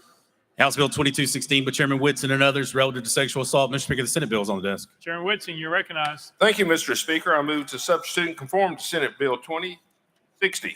Chairman Whitson moves to substitute and conform Senate Bill 2060, probably second without objection. So ordered. Chairman Whitson, you're recognized. Thank you, Mr. Speaker. I move passage of Senate Bill 2060 on third and final consideration. Chairman Whitson moves passage of Senate Bill 2060 on third and final consideration, probably second. Mr. Clerk, call the First Amendment. House Civil Justice Committee Amendment number 1, same as Senate Amendment number 1. Vice Chairman Russell, you are recognized. Thank you, Mr. Speaker. This amendment is the same as the Senate Amendment number 1. I move to withdraw. Without objection, amendment number 1 withdrawn. Next amendment, Mr. Clerk. Mr. Speaker, no further amendments. Chairman Whitson, you're recognized. Thank you, Mr. Speaker. This legislation was brought to me by the Sexual Assault Center. If you were in the committees this session that heard this bill, you would have the opportunity to hear a young lady named Danielle testify about her experience as a victim of sexual assault while she came to the Assault Center for help. Because of her courage to speak out in public for future victims of sexual assault, we have named this bill in Danielle's honor. Currently in statute, a person has 1 year to pursue civil action for sexual assault, but it has 3 years for criminal charges. This legislation seeks to align the civil statute with the criminal statute. This bill will update the statute of limitations for civil sexual assault cases to be 3 years without a police report and 5 years with a police report. This allows survivors to have time to process the trauma and to navigate the legal process. There has been cases where rape kits have not been processed within a year of the assault occurring, leaving survivors with no option to pursue civil action. Also, many of our surrounding states give much more time to pursue civil action for sexual assault, from 10 years in Kentucky to no time limit for rape in Alabama. I appreciate the support for this legislation from the team of the Sexual Assault Center and the Joyful Heart Foundation, a national organization with a mission to heal, educate, and empower survivors of sexual assault. Finally, I would like the House to recognize Danielle for her courage to speak out for future victims of sexual assault. And Danielle is in the gallery with us.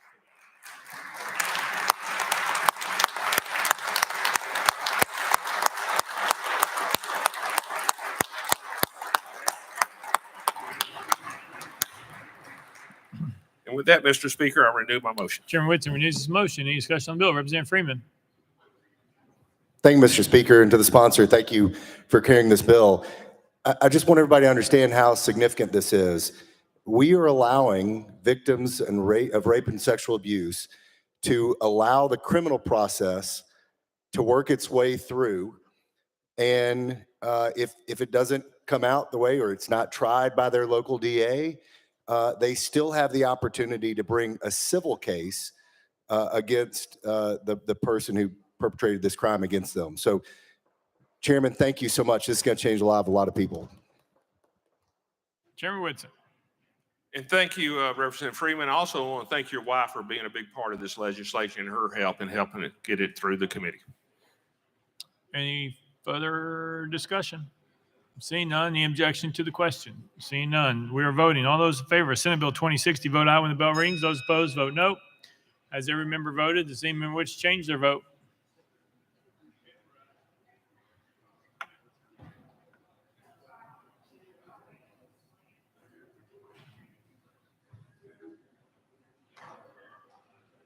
Mr. Clerk, please take the vote. Ayes 92, no nays. Senate Bill 2060, having received a constitutional majority, everybody declare passed. Without objection, the motion to reconsider is tabled. Call the next bill, Mr. Clerk. House Joint Resolution 810, by Representative Barrett and others, a resolution supporting the state of Texas' efforts to secure its border against the invasion of illegal immigration. Representative Barrett, you are recognized. Thank you, Mr. Speaker. I move adoption of HJR 810. Representative Barrett moves adoption. Probably seconded. Mr. Clerk, call it first amendment. House State Government Committee Amendment number 1. Chairman Keesling, you're recognized. Thank you, Mr. Chairman. Amendment number 1, we're gonna request to move that to the hill of the amendments, Mr. Without Speaker. objection, move to the hill. Next amendment, Mr. Clerk. Yeah, parliamentary inquiry.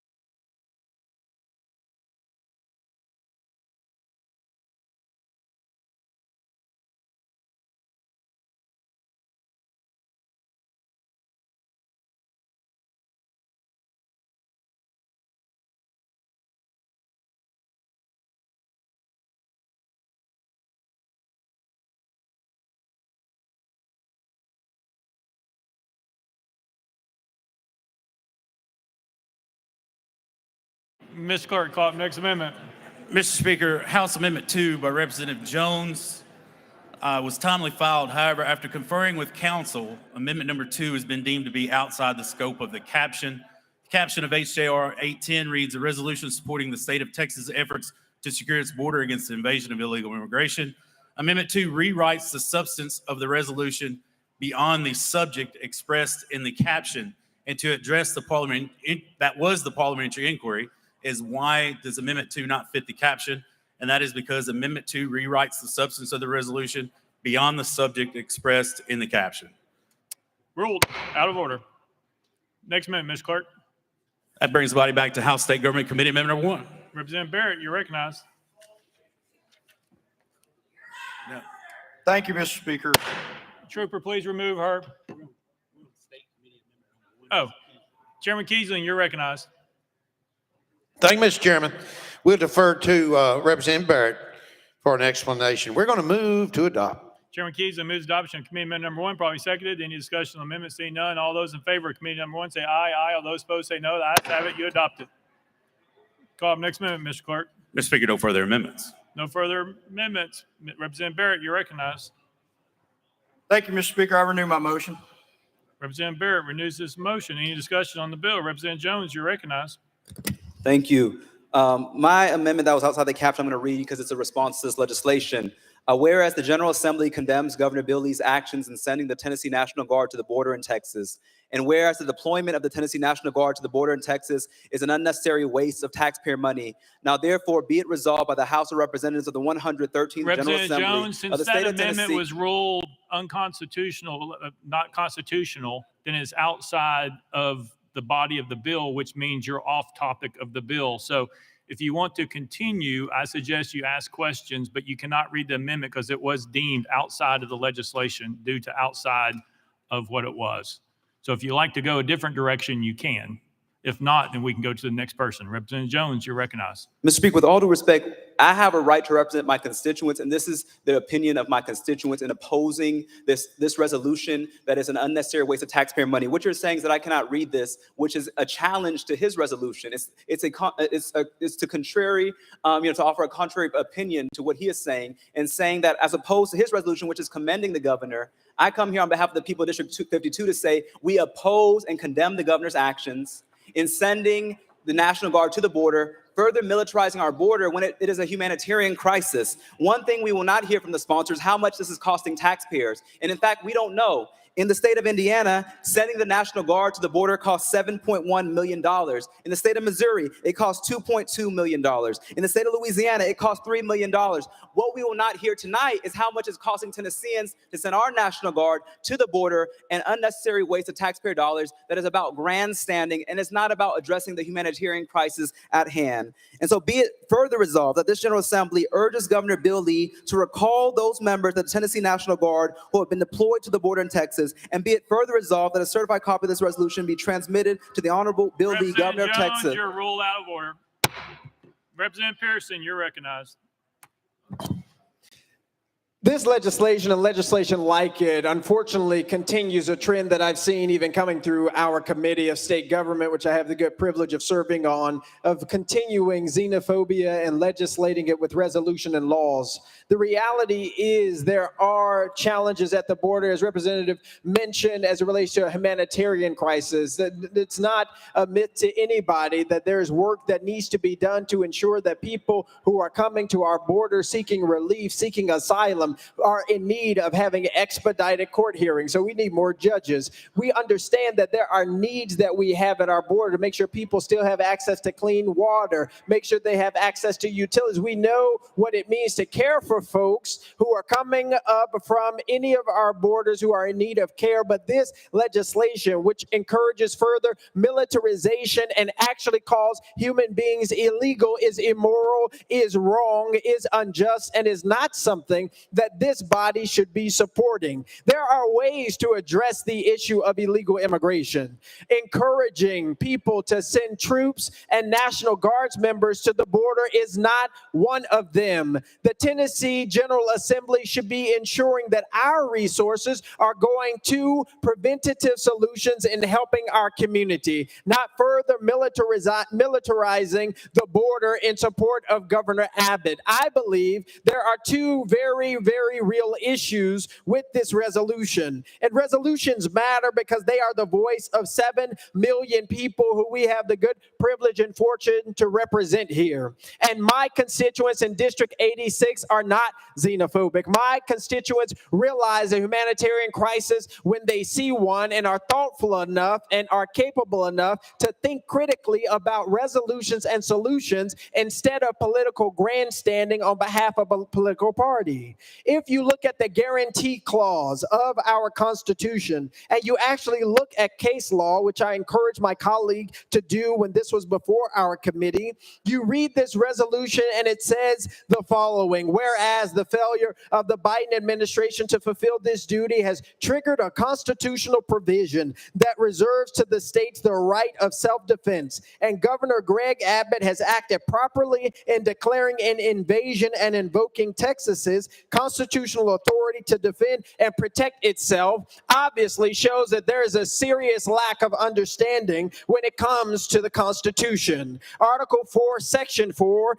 the United States shall guarantee to every state in this union a republican form of government and shall protect each of them against invasion, and on application of the legislature, that's Congress, or of the executive, that's the president, when the legislature cannot be convened against domestic violence. This legislation unfortunately extrapolates pieces of our own doctrine to serve a political end. But the courts have actually given some insight into this, colleagues, which is why that I ask that you do not support this resolution. And Luther v. Borden, the Supreme Court in 1849 says this: Luther further held that it rested with Congress to determine the proper means to fulfill the guarantee of protection to the states against insurrection. Not xenophobic people at the Texas border, not racist folks who want to keep others out, not people who don't care about the humanity of people who are crossing the border and who are seeking asylum and who are in need of help, not them. Luther says that it is on Congress's responsibility. And further, Justice Taney, who I disagree with on so many things, said the president must of necessity decide which is the government and which party is unlawfully arrayed against it before he can perform the duty imposed upon him by the act of Congress. The political determination is not subject to judicial review. We continue to do things that are politically motivated and anti-constitutional, which will and do harm this constitutional democratic republic. This resolution sponsor flies in the face of the Constitution and its guarantee clause.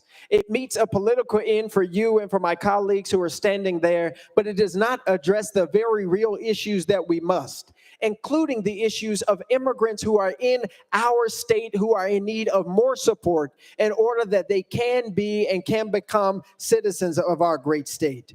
We cannot continue to pass xenophobic resolutions or laws and expect that that's going to solve a single thing.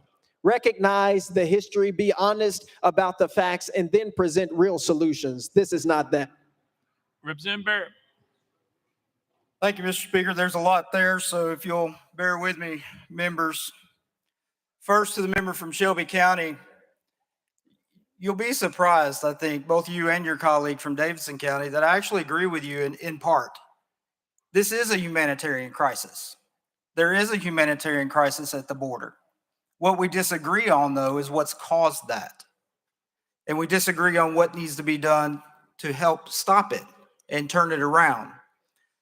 What's caused the issue, in my opinion, and in the majority of the people in my district who feel the same way, is from the moment that the Biden administration took over 98 executive orders were overturned from the prior administration. The border was opened up through the direction of the president, with orders to Secretary Mayorkas to do so. And what we have seen now 3.5 years later is the result of that. Just last week, I stood here, I had the privilege of standing next to Representative Grills and stand with him in support of the bill that he passed, requiring law enforcement in Tennessee to report when they run into illegal immigrants and they have these encounters where they've committed crimes in Tennessee, report them to ICE, report them to the federal authorities. The problem that we have at the border, and the reason it's become a humanitarian crisis, is because the federal government is not doing their job. That's what this resolution is about. This resolution commends Governor Abbott for picking up where the federal government has left off, where they've refused to do what they're supposed to do, what their constitutional duty is to the states, and that is to defend our borders. So I disagree with you about calling this, and you've used this multiple times, xenophobic, immoral, unjust. Yeah, what's immoral and unjust, in my opinion, is allowing children to be trafficked across the border, to allow fentanyl to come pouring into our borders that's killing our kids here in America, to allow rapists and murderers, to allow governments in foreign lands outside of this country to empty their jails and send their worst of their worst into our population to put our people in harm's way. That is immoral. That is unjust. And that's why this resolution is here, to thank our governor for standing up, for taking a stand. He and the 24 other Republican governors that have come out and stood up against the Biden administration to say, this is wrong, what we're doing. And we're making it worse down there for people. We're attracting them to a bad situation that's just making it worse. You brought up a case, and I've got a few minutes to address this. You brought up Luther v. Borden. You mentioned that in committee, and I commend you for digging into the Constitution and in the Supreme Court, but you're just wrong on this one. You've misinterpreted what that case means. First of all, Justice Taney is the same justice, and it's the same court that issued the Dred Scott decision, which I'm sure you wildly disapprove of. Most of us do. So courts are not infallible. They make bad decisions. In this situation, it was an issue of first impression for the court. They had never seen it before. The government of Rhode Island was still trying to get their government in order and decide what type of government they were going to adopt. That's the basis of the case. It has nothing to do with an invasion from a foreign land, from people that are coming across the border that are not citizens of this state. And what you've missed in the opinion of that case is that the court said this is not an issue that the court can rule on. This is a political issue.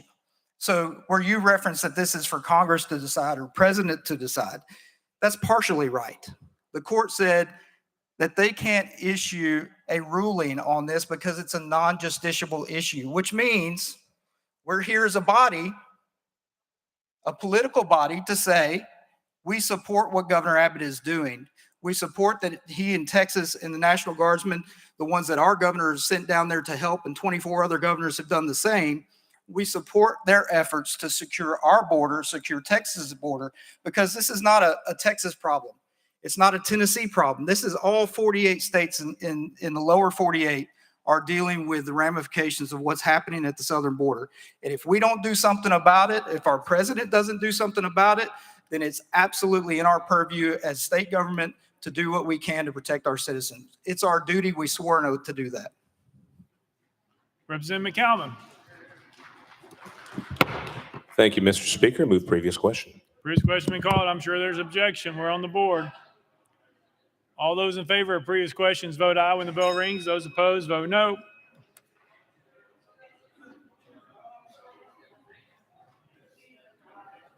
Stevens, aye.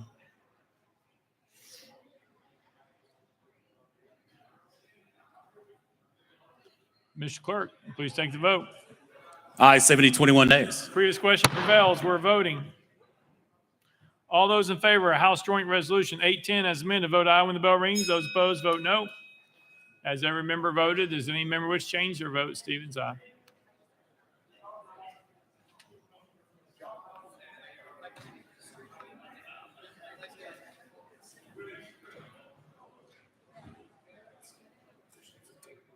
Mr. Clerk, please take the vote.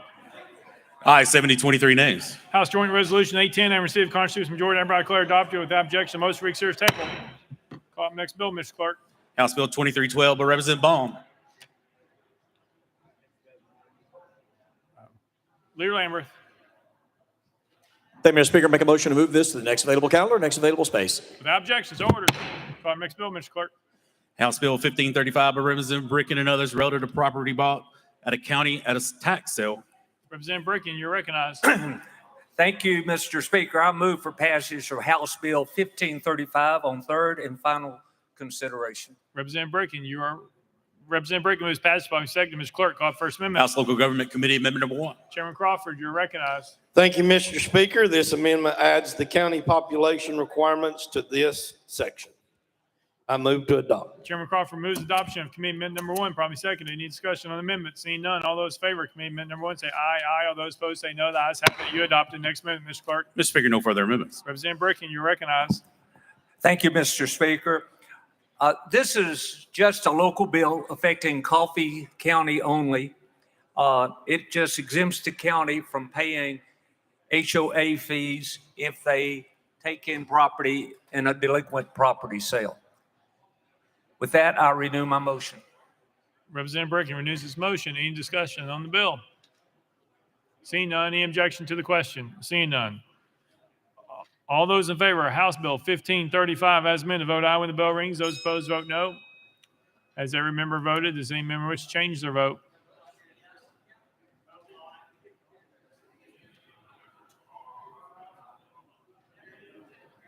Capley, aye. Mr. Clerk, please take the vote. Ayes 93, no nays. House Bill 1535 having received the constitutional majority, hereby declare passed without objection. Motion to reconsider is tabled. Call up next bill, Mr. Clerk. House Bill 1808 by Representative Butler relative to termination of parental rights. Mr. Speaker, the Senate bill is on the desk. Representative Butler, you're recognized. Thank you, Mr. Speaker. I move to substitute and conform to Senate Bill 2660. Representative Butler moves substitute form Senate Bill 2660, probably second without objection. So ordered. Representative Butler. Thank you, Mr. Speaker. I move passage of Senate Bill 2660 on third and final consideration. Representative Butler moves passage of Senate Bill 2660 on third and final consideration, probably second. Mr. Clerk, call up First Amendment. House Civil Justice Committee Amendment Number 1. Mr. Speaker, same as Senate Amendment Number 1. Chairman Russell, you're recognized. Thank you, Mr. Speaker. This amendment is the same as the Senate Amendment Number 1. Move to withdraw. Without objection, Committee Amendment Number 1 withdrawn. Next amendment, Mr. Clerk. Mr. Speaker, no further amendments. Representative Butler, you're recognized. Thank you, Mr. Speaker. This legislation allows, if a juvenile court finds that there has been a substantial noncompliance by the parent or guardian with a statement of responsibilities and a permanency plan, that he can order the Department of Children's Services to file a TPR within 90 days. With that, I stand for question, renew my motion. Representative Butler renews his motion. Any discussion on the bill? Representative Hardaway.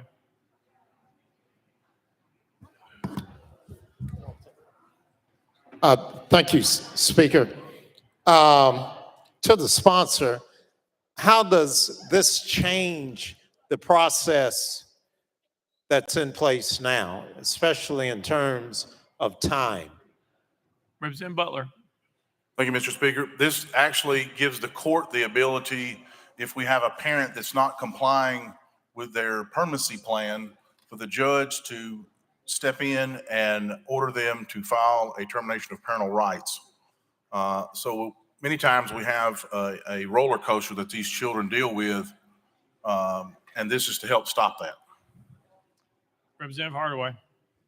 Thank you. Is there an obligation for the courts or DCS to try to remedy that problem?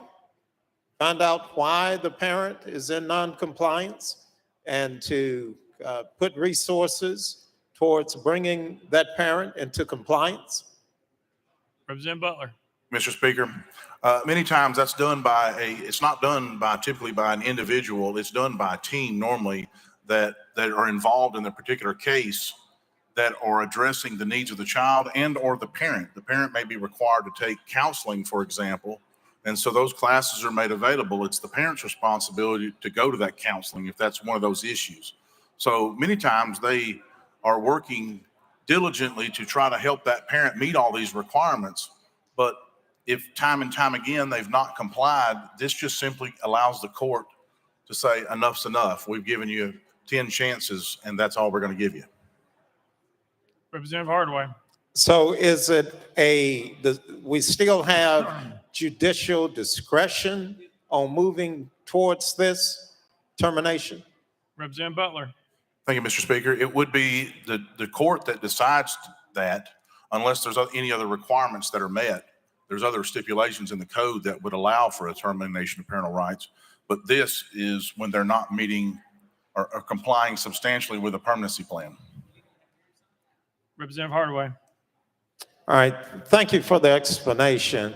I'm a stickler that we ought to go the limit for preserving the parental rights, especially for natural born children, their parents. So I don't think with the understanding that I have that I can support it, but I appreciate your engagement. Thank you, sir. Representative Butler. Thank you, Mr. Speaker. I'll renew my motion. Representative Pearson. Thanks, Speaker and sponsor. After these 90 days, well, I'll get clarity on that in a second. What happens to the child after this TPR is submitted? Representative Butler. Well, thank you, Mr. Speaker. That would be on a case-by-case basis. This child could be in a foster family that's being cared for while that parent is complying with those permanency requirements. They could be in the home with the parent or the guardian. It depends really on the specific situation. And I doubt there's any specific situation that is exactly the same every single time. So there's no, we got to do it this way and this way. It's really on a case-by-case basis. And many times these types of permanency plans are done by a team of individuals. It's not one particular individual doing it. Representative Pearson. Okay, now just go into this legislation for some clarification. In Section 1G, if a juvenile court has found there has been substantial non-compliance by the parent or guardian with a statement of responsibilities and a permanency plan, which you just articulated, in order entered pursuant to Section 37-2-409, what defines substantial non-compliance? Representative Butler. Thank you, Mr. Speaker. So the best way I can explain that, let's just say the permanency plan has 10 items that are outlined that parent must meet. With that may be counseling, it may be anger management, classing, et cetera. Substantial compliance or non-substantial compliance, if they're required to meet 10 items and they've only met 4 of those, and that permanency plan was 18 months long, then they've not made substantial compliance with that permanency plan. And it's detrimental to the child to continue to drag this out. So this just allows a court to say, oh, enough's enough. Representative Pearson. Thank you. And just for clarification, because I didn't see it in here, there's no, when you run a business, you got an employee who's off track, you have a performance improvement plan, put in a PIP, say, you know what, you're not meeting the standards for what we need for our organization. You have X amount of time to improve. That's not a part of this, or that something similar to that remedy is not a part of your legislation. It goes directly from you are not meeting the standards. Now the court has the ability to take your child away. Is that right? Representative Butler. Thank you, Mr. Speaker. Well, that there again goes to the discretion of the court. If this is an 18-month permanency plan and they've made enough effort to comply with 4 items in the first 4 months, and the last 14 months of that permanency plan, they've done nothing, then I would say those rights need to be terminated.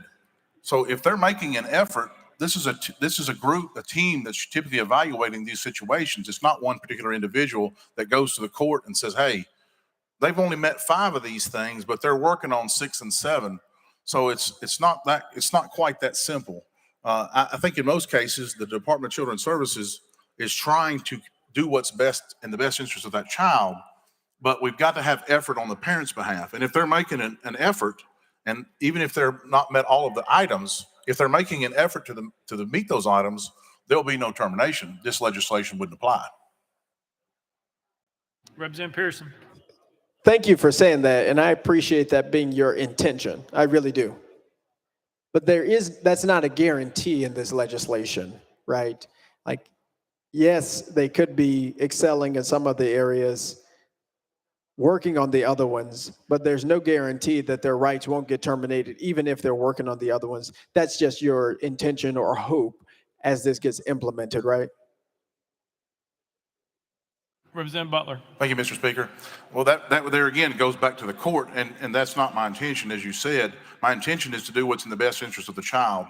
But in cases where we have substantial non-compliance, we have a child that is in a yo-yo and lacks any stability at all. And so that's what I would like to see with this legislation addressed. Representative Pearson. Look, I appreciate that, sponsor. I really do appreciate you answering the questions. I actually understand the legislation even more. I haven't had this dialogue. The end that I am most concerned about or worried about is the child being separated from their family, even as progress is being made. And by offering this type of discretion, which I think we always need to give judges more, we need more judicial discretion. I understand that. But this actually creates some space for a child to be taken away, even while their parent is striving toward making a better home for them. And so in its current form, I can't support it, but I appreciate your intent. Representative Butler. Thank you, Mr. Speaker. I renew my motion. Leader Camper. Thank you, Mr. Speaker.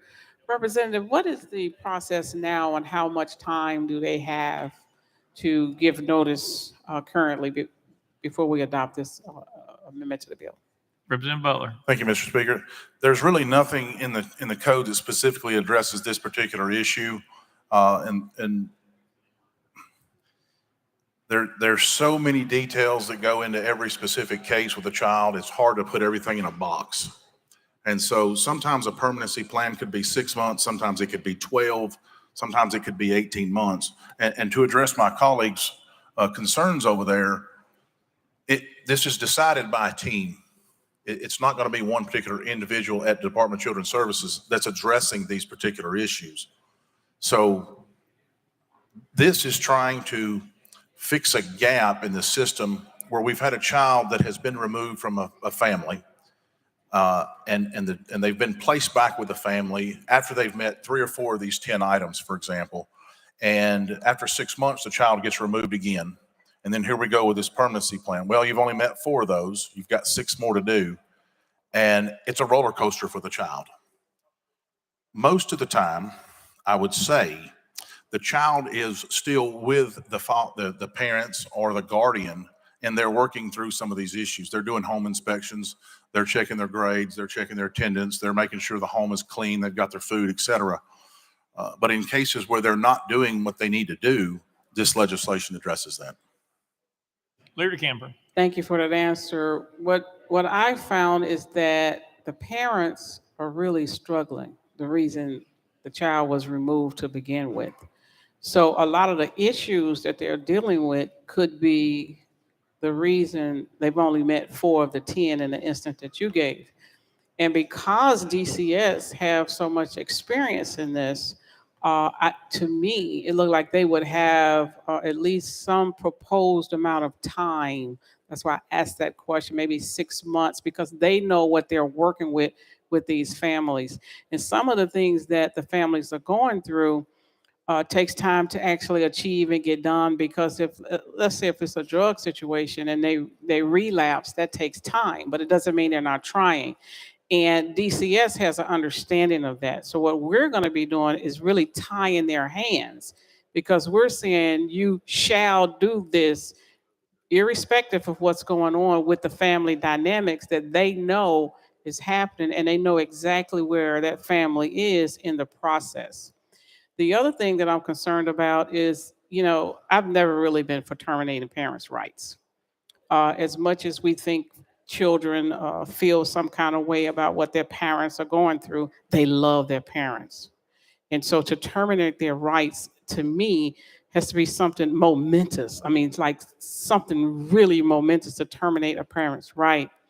And what this would do is just mandate that you only have this amount of time, even though that they're still, working hard. And I just have a problem with that, just me.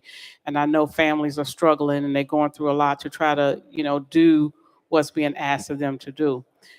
I would be interested to know what happens upon the end of that termination. and I know there is no cookie cutter approach, but you know, if they are with a grandparent, let's say, then would the grandparents get the rights transferred to them? So now they're you've terminated my rights, and now are the grandparents going to, have the child as a permanent custody? Or if they're with a foster home, and the rights are terminated while they are with that foster family, who do they automatically get permanent custody of these children? Tell me what you're seeing about that, how you're seeing that process play out. Representative Butler. Thank you, Mr. Speaker. Well, unfortunately, this legislation wouldn't address those particular situations that you're addressing. And I do want to make sure the permanency plan is not created by the judge. It is created by the Department of Children's Services based on the needs of the child and needs of the family. So let's just say that some of those issues may take a year to address. Their permanency plan could be 18 months long. And as long as they're progressing to meet those requirements, whether it's at the 16th month or 18th month, then this legislation wouldn't apply. But in situations where you have an 18-month permanency plan and we're 17 months into it and the parents have made no effort to try to better themselves and better their relationship with their child, that's what this legislation is to address. Because the child should be the most important concern in that situation. And if the parent's not doing their part, not going to counseling, not going to classes, they have resources at the Department of Children's Services to help those parents become better parents. But if they don't take advantage of them, it doesn't do them any good. Representative Garrett. Thank you, Mr. Speaker. I move previous question. Previous question been called. Is there any objection? Seeing none, we're voting. All those in favor of Senate Bill 2660, vote aye when the bell rings. Those opposed, vote no. As every member voted, does any member wish to change their vote? McCallum, aye.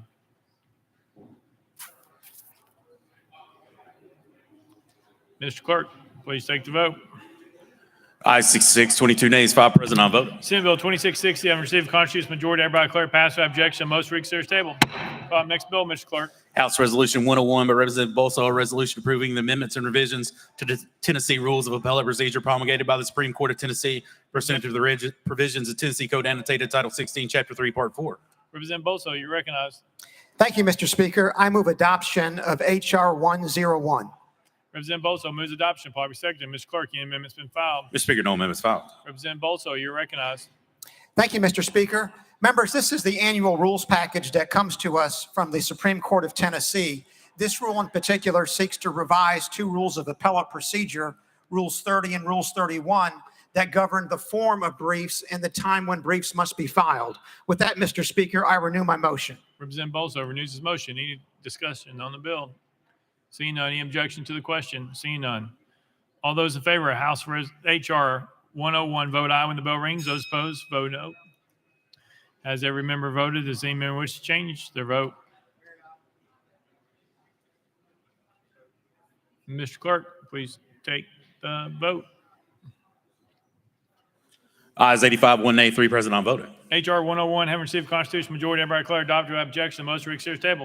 Next bill, Mr. Clerk. House Resolution 102 by Representative Bolso, a resolution approving the amendments and revisions of the Tennessee Rules of Civil Procedure promulgated by the Supreme Court of Tennessee pursuant to the provision of Tennessee Code Annotated Title 16, Chapter 3, Part 4. Representative Bolso, you're recognized. Thank you, Mr. Speaker. I move adoption of H.R. 102.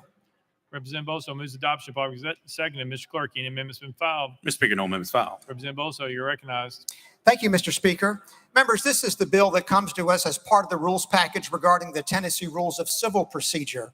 This amends Rule 43 to provide standards for trial courts to use when admitting evidence that's coming through audio-visual means rather through in-person testimony. With that, Mr. Speaker, I renew my motion. Representative Bolso renews this motion. Any discussion on the bill? Representative Hardaway. Thank you, Speaker. To the sponsor, can you give us an idea of what the process is for the Supreme Court to promulgate rules? Representative Bolso. Thank you, Mr. Speaker. Yes, I can.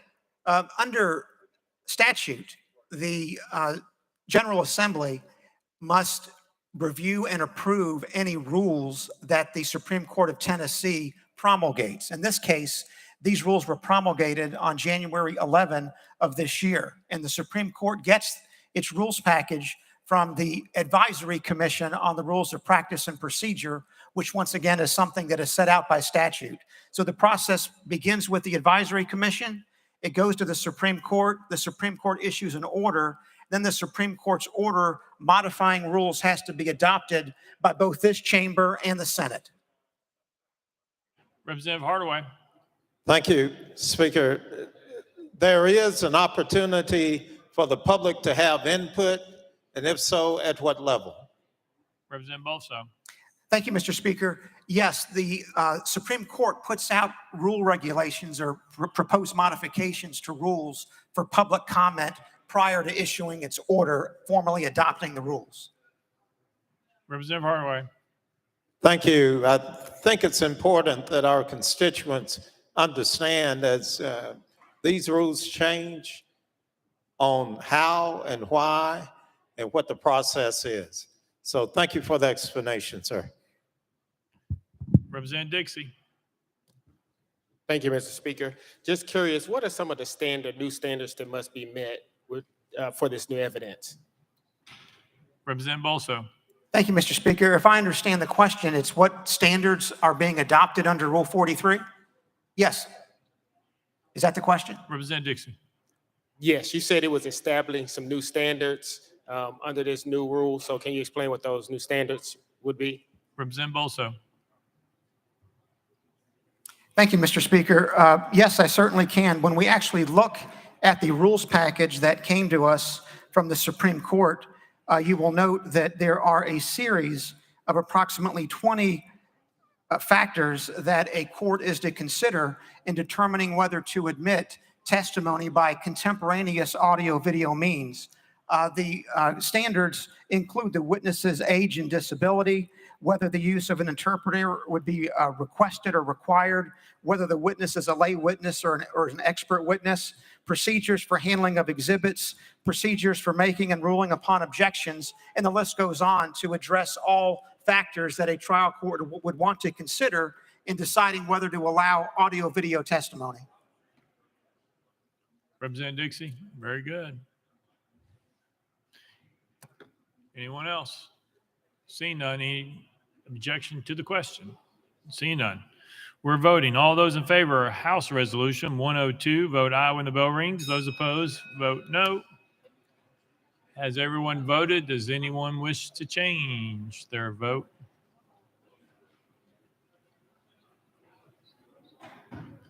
Mr. Clerk,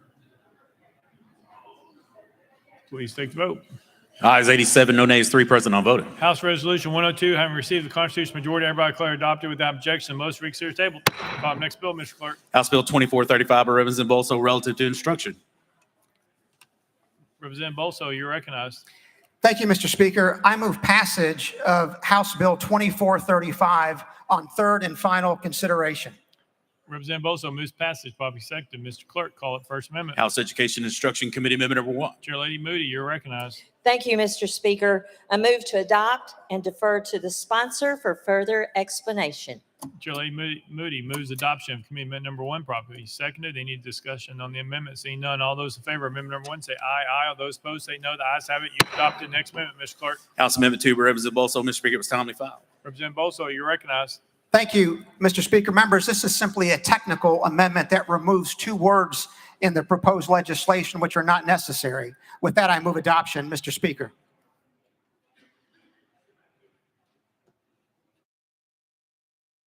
Representative Bolso moves adoption of Amendment number 2 properly seconded. Any discussion on the amendment? On the amendment. Representative Pearson. Thank you, Speaker. What 2 words were removed, sponsor? Representative Bolso. Thank you, Mr. Speaker. Sex organs. Representative Pearson. Thank you. So this would be a House floor amendment? Representative Bolso. Thank you, Mr. Speaker. Yes. Representative Pearson. Thank you. If this amendment was adopted, will it be going back to the initial committee? Representative Bolso. Thank you, Mr. Speaker. No, if this amendment is adopted, it'll become part of the bill that's being voted on this evening. Representative Pearson. Thank you, Speaker. Any further discussion on the amendment? Seeing none. Any objection to the question? Seeing none, we're on the board. All those in favor of adopting amendment number 2, vote aye when the bell rings. Those opposed, vote no. Has every member voted? Does any member wish to change their vote? Travis, aye.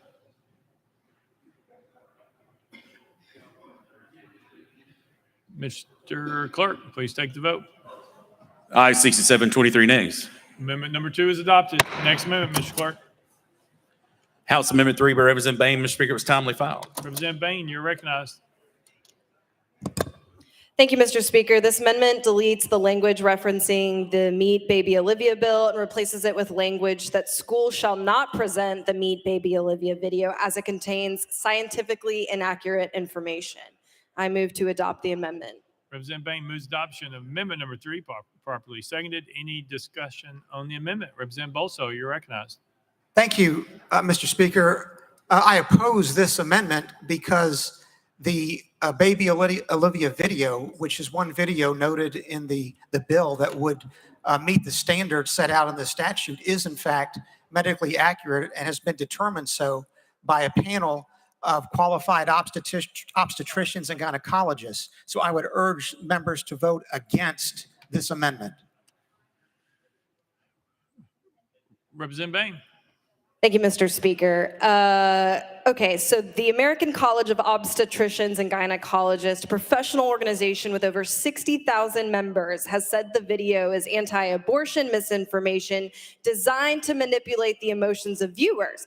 Last month, ACOG issued a policy brief on the importance of comprehensive sex education, calling for it to be medically accurate, evidence-based, and age-appropriate, and condemned this video. Do you disagree with the American College of Obstetricians and Gynecologists? Representative Bain, this is your amendment. You can't ask him a question on your amendment. Representative Bain. Oh, okay, keep going, okay. Additionally, this video is incredibly problematic. It's misleading. The organization Live Action, which we discussed during committee, is using the guise of sex education to disseminate misinformation in schools. And Representative Bolso, to use your own words, when you were asked about a controversial piece of legislation you carried a few weeks ago, you said a school is a place where a child goes to learn, not a place where a child goes to be indoctrinated.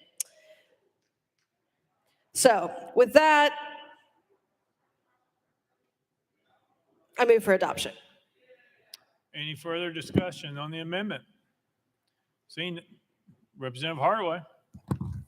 Thank you, Speaker. My question is very simple. Do you agree, sir, with the American College of Obstetrics and Gynecology? No, that would be directed to Representative Bain because that's her amendment. You have a question for Representative Bain, Representative Hardaway? Yes, sir. Representative Bain, right there. You're recognized, Representative Hardaway. Representative Bain, in your research with the College of Obstetrics and Gynecology, did you find any evidence that suggests that we should support this bill? We're on the amendment, so I would just, we're not on the bill, we're on the amendment, Representative Hardaway. On this amendment. Thank you, Speaker, for the clarification. Representative Bain. No, they have not. And also the American Academy of Pediatrics states that this is also an inaccurate display and provides misinformation. Representative Hardaway. Representative Ritchie, you're recognized. Thank you, Mr. Speaker. Call question on the amendment. Question's been called on amendment. Any objection? Seeing none. All those in favor of adopting amendment number 3, vote aye when the bell rings. Those opposed, vote no. Has every member voted? Does any member wish to change their vote? Karen Drew, no. Mr. Clerk, take the vote. Ayes 24, 68 nays. Amendment number 3 fails. Next amendment, Mr. Clerk. House Amendment 4 by Representative Mitchell. Mr. Speaker, it was timely filed. Representative Mitchell, you're recognized.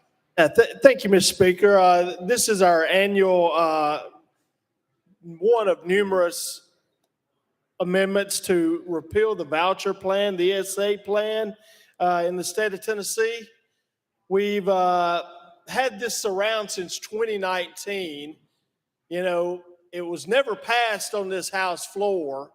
It was purchased out there on that balcony. And I'm just going to give everyone a chance. We'll make it quick tonight. I'm going to just give everyone a chance to do the right thing. If vouchers are such a great thing, you know, let's bring them in here and let's do it the correct way, the legal way, you know, no bribery involved or anything like that. And put 50 on the board the old fashioned way legally without, you know, buying it. So with that being said, well, one other thing, you know, I was shocked by I wasn't shocked because she's telling the truth. The acting commissioner of education, she put it best when she was asked about the voucher plan so far. She said it's nothing to write home about, and that's the truth. So with that being said, I move my amendment.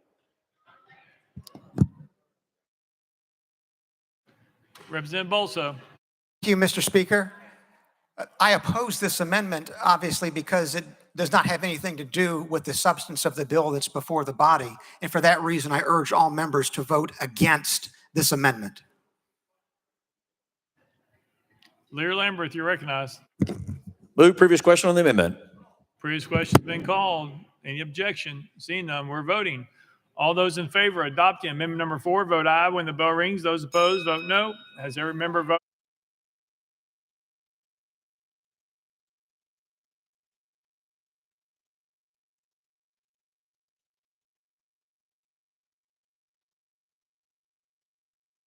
Mr. Clerk, please take the vote. Ayes 23, 68 nays. Amendment number 4 fails. Call up the next bill, Mr. Clerk. Next amendment, Mr. Clerk. Amendment 5 by Chairman Clemens, Mr. Speaker, was not timely filed. Chairman Clemens, you're recognized. Thank you, Mr. Speaker. I appreciate it. This is something on which we can all agree because we all believe in parent choice. This amendment would establish a process where parents can opt their children out of being forced to watch this video. The sponsors repeatedly expounded on the benefits and necessity of parents having the ultimate say in the education of their children, including whether or not they should be taught divisive concepts. This video will be developed in a way that may cause division among students and parents, as the sponsors in opposition to indoctrination of school children by teachers and school personnel. A vote to not consider this amendment is a vote against the rights of parents to have a say in their child's education or to have oversight and control of what is being taught to their children in public schools. With that, I move for consideration. You've heard the motion, probably seconded. We're voting for consideration of amendment number 5. All those in favor of considering amendment number 5, vote aye when the bell rings. Those opposed, vote no. Has every member voted? Does any member wish to change their vote?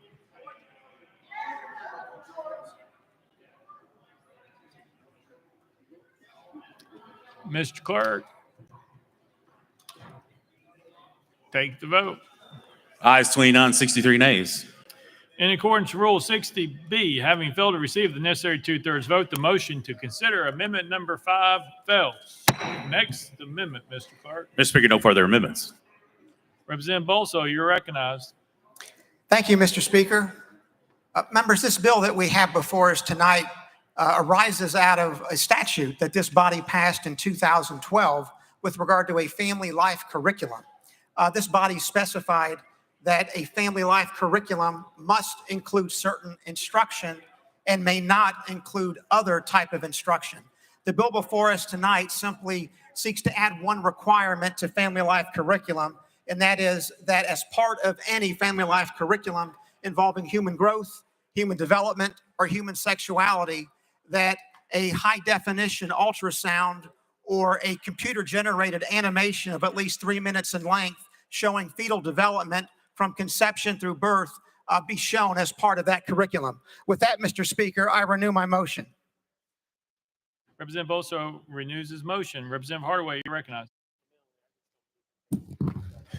Thank you. And sponsor, I'm trying to figure out, why do we need this? We've got experts in the field that know how to present, what to present, making it age and grade appropriate. How can we get in and start talking about computer-generated images, cite a specific video. I don't understand how we got here. If you could help me with that, please, sir. Representative Bolso. Thank you, Mr. Speaker. Yes, Representative, we got here because for whatever reason, this body decided back in 2012 to adopt a law that dealt with the issue of family life curriculum.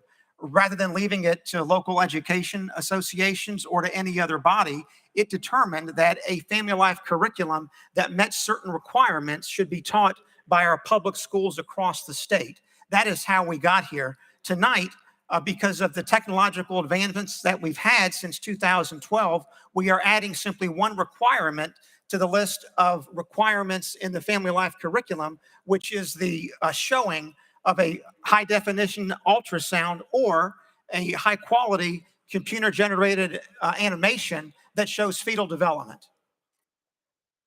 Representative Hardaway. All right, thank you, Speaker. And you and I could debate this all night, but I'm not going to, because at the end of the day, I think the experts and the advantage that local folks have is that they're closer to those parents who should be making the decisions on the details of academic presentations such as this. So thank you for engaging, sir. Representative Bolso. You're good. Thank you, Mr. Speaker. Nothing further. Representative Johnston Knox. Thank you, Mr. Speaker. I know we talked about this some in committee, but again, 60,000 physicians from the American College of Obstetrics and Gynecology says that this is inaccurate. The Pediatricians Organization say that this is medically inaccurate. We have a handful of folks from this live action video. It's hard to find pretty much any information on live action, but all of the folks, the ethicists that you mentioned and the physicians, we can't find them according to where they say they're from. And they're not, the physicians are not associated with hospitals. They're actually associated with the Charlotte Lozier Institute, which is a research institute that is pro-life. So we see this video coming from a political organization, and we can't find the folks that supposedly said it was okay.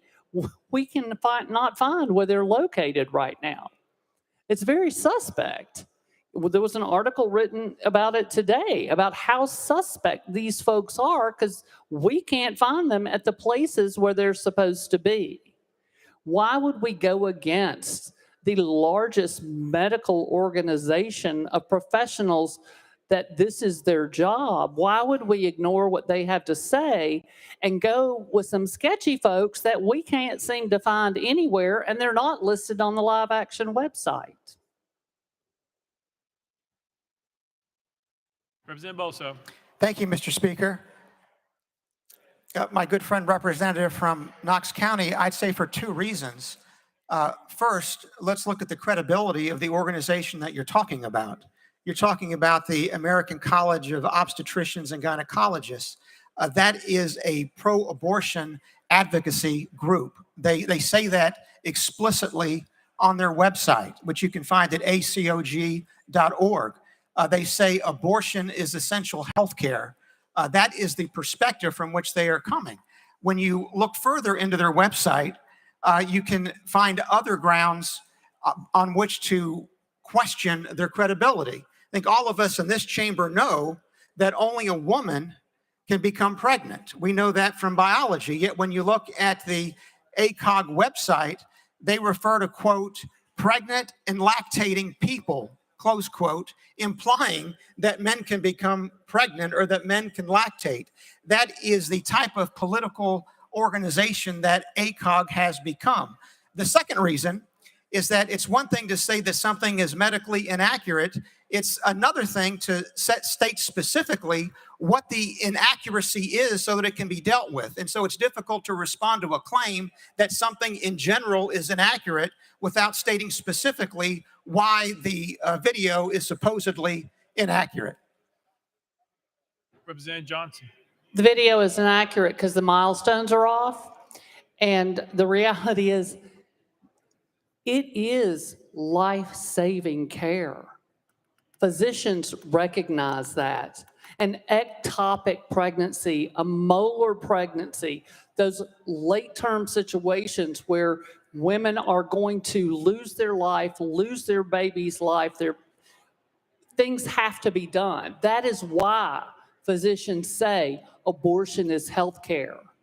They're not pro-abortion. They're pro-saving the lives that they can save.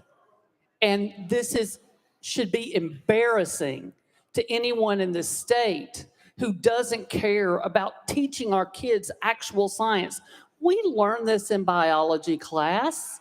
We have the pictures and we learn about the development of the embryo to a fetus. We learn all of that.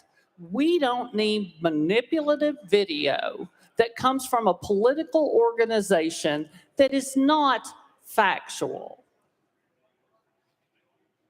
Representative Bolso. Thank you, Mr. Speaker. The alleged inaccuracy has to do with milestones. I'll simply point out that the information from which the Baby Olivia video was created comes directly from the Endowment for Human Development, which you can find at ehd.org. The video meets every single milestone in the Endowment for Human Development website. It states specifically that the milestones are based on post-fertilization time stages, not anything else. I will also point out that when you're talking about this bill that's before us this evening, it does not require that the Meet Baby Olivia video be shown, but rather it states generally that a family life curriculum must include a high-definition ultrasound or a high-quality computer-generated animation such as Meet Baby Olivia. It does not require that this specific video be part of the family life curriculum. Representative, your 5 minutes is up. That was the second 5. Representative McKenzie.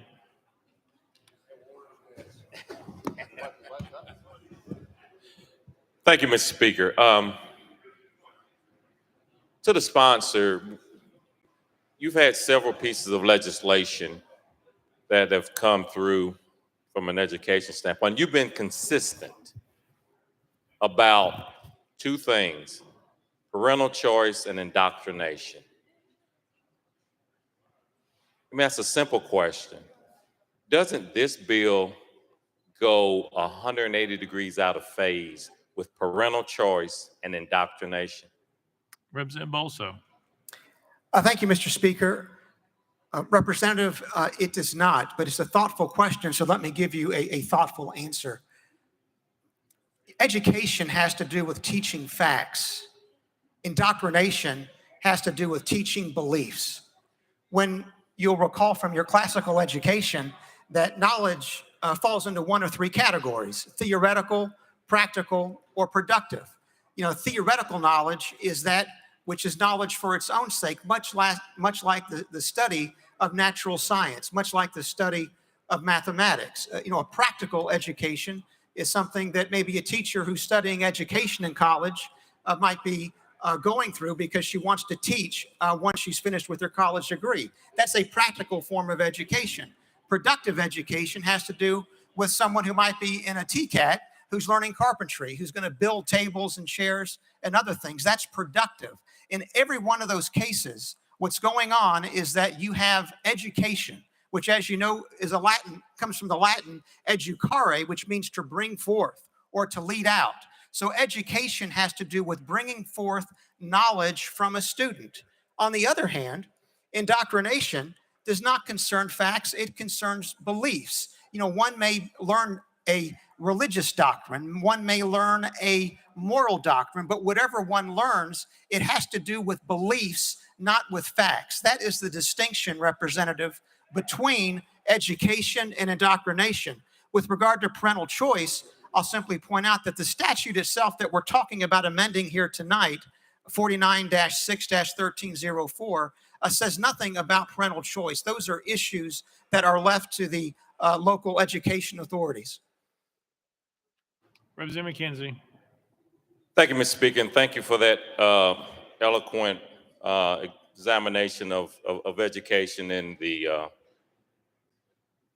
modern society. I don't want to know what tag to put on it, but I appreciate that. Although it does not get to what I think is the crux of what this bill is doing, or my original question. So let me shift and ask another, what I would think is a simple question. This first one will be a yes or a no. Is it not true that if a student's parents choose to hold that student out, that once that student goes back into the classroom, they're going to be forced to watch this baby Olivia or whatever, which video they come up with that's equal to that? Representative Bolso. Thank you, Mr. Speaker. I'm not sure I can answer that just yes or no. What I can tell you is that the statute itself just reflects what must be in a family life curriculum or what may not be in a family life curriculum. The statute itself does not require any LEA to teach a family life curriculum. So certainly at an LEA level, whether to teach a family life curriculum and whether a parent can opt out of the family life curriculum is something that the statute is agnostic about. That's left to the local authorities. Representative McKenzie. Thank you. But what you just said is, so again, our children are being taught as they're growing, as they're maturing, as they're getting to know each other, as body parts emerge and evolve. So schools have chosen, I think correctly, to deal with that in an educational environment, to teach a family curriculum thing. So once they've decided to do that, what I heard you say was, if they choose to do that, because they realize that their students have needs and need to understand as they grow, they're going to be forced to watch a video like this. This video, Baby Olivia video, or something even worse or as bad. So that's my concern, is that if an LEA is choosing to do that, you're going to force that parent to do it. Even if they come back a week later, you're going to force it. So thank you. Representative Bolso. Thank you, Mr. Speaker. I'll simply point out, Representative, that with regard to the family life curriculum, once an LEA adopts it, the parent may have the right to opt a child out, but certainly the family life curriculum has to comply with the statute that we have on the books. And so to the extent that the video tonight is made part of the statute, yes, it will become part of any necessary family life curriculum. All right. Representative Powers, you're recognized. Thank you, Mr. Speaker. Move previous question. Previous question has been called. Is there objection? Hear no objection. We're voting. All those in favor of House Bill 2435 as amended, vote aye when the bell rings. Those opposed, vote no. Has every member voted? Does any member wish to change their vote?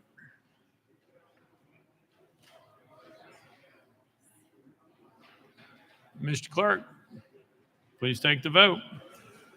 Aye, 67, 23 nays. House Bill 2435 and received constitutional majority. I hereby declare passed without objection. Motion to reconsider is tabled. Leader Lambert, for what purpose? Thank you, Mr. Speaker. Make a motion to take up item number 22, House Bill 2100 at this time. It's a proper motion, properly seconded. Any objection? Seeing none. Call the next bill, Mr. Clerk. Item 22, House Bill 2100 by Chairman Zachary, relative to consumer protection. Chairman Zachary, you're recognized. Thank you, Mr. Speaker. I move passage of House Bill 2100 on third and final consideration. Chairman Zachary moves passage, properly seconded. Mr. Clerk, call the First Amendment. House Commerce Committee Amendment number 1. Vice Chairman Bricken, you're recognized. Thank you, Mr. Speaker. The amendment makes various changes to the bill. Move to adopt and defer to the sponsor for further explanation. Vice Chairman Bricken moves adoption of Committee Amendment number 1, properly seconded. Any discussion on the amendment? Seeing none, all those in favor of Committee Amendment number 1 say aye. Aye. All those opposed say no. The ayes have it. You adopted. Next amendment, Mr. Clerk. House Amendment 2 by Representative Pearson, Mr. Speaker, was not timely filed. Representative Pearson, you're recognized. Thank you so much, Speaker and colleagues. Look, this bill is ridiculous for so many reasons and in so many ways. It's a useless piece of our time, but some changes that I think could be substantive to get it in a little bit better of a posture is to remove Section H, 1, 2, and 3. That's related to environmental standards, social governance standards, and corporate board and company employment composition. 95% of the largest companies in the world use ESG to make their determinations. I don't know why the sponsor would believe that 95% of the largest companies in the world are somehow wrong, and that this should not be a standard that is applied by companies that operate in our state. And so for that reason, I ask I move to consider so that we can continue this conversation. You've heard the motion, properly seconded. We're voting for consideration of amendment number 2. All those in favor of considering amendment number 2, vote aye when the bell rings. Those opposed, vote no. Has every member voted? Does any member wish to change their vote? Pals and I.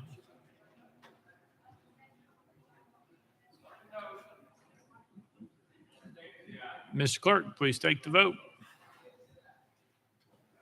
Ayes 21, 71 In nays. accordance with Rule 60B, having failed to receive the necessary 2/3 vote, the motion to consider amendment number 2 fails. Next amendment, Mr. Clerk. House Amendment 3 by Representative Pearson, Mr. Speaker, was not timely filed. Representative Pearson, you're recognized. Thank you so much. Hoping more people pay attention to what's going on here. These bills that continue to actually don't do anything effective for our communities and for our constituents need not be here. One of the things that is part of this legislation that I'd like to take out is the violation. And so amendment number 3 deals with the violation in particular of this section constituting an unfair trade practice and is subject to remedies as provided under this part. One of the challenges that I think you will see, my colleagues, is that the sponsor is seeking to regulate banks, which are all pretty much federally regulated. This is not only an overreach, it's a underthought piece of legislation that we should not even be considering here. But I do want us to take out the violation that is codified in this legislation. And so with that, I move for consideration. You've heard the motion, properly seconded. We're voting consideration of amendment number 3. All those in favor of considering amendment number 3, vote aye when the bell rings. Those opposed, vote no. Has every member voted? Does any member wish to change their vote? Mr. Clerk, please take the vote. Ayes 23, 71 nays. In accordance with Rule 60B, having failed to receive the necessary 2/3 vote, the motion to consider amendment number 3 fails. Next amendment, Mr. Clerk. Mr. Speaker, no further amendments. Representative Zachary, you're recognized. Thank you, Mr. Speaker. Members, this piece of legislation protects Tennesseans' financial services by prohibiting financial institutions from denying or canceling services based on someone's political views, religious beliefs, or what some deem as a social credit score.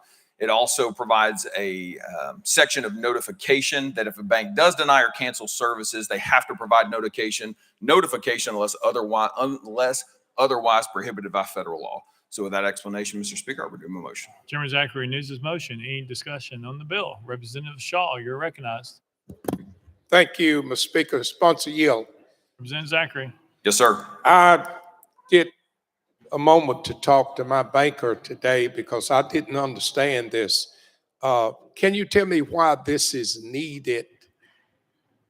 Representative Zachary. Thank you. Thank you, Mr. Speaker. Representative Shaw, yes, sir. Thank you for asking the question. So it's important to know a couple of things about the bill as amended. So this bill uses the $100 billion threshold that's laid out by the Department of Treasury in the Office of the Comptroller and Currency. That's federal. That was laid out in April of 2021. So there's a $100 billion threshold on here, again, which is laid out by the Department of Treasury.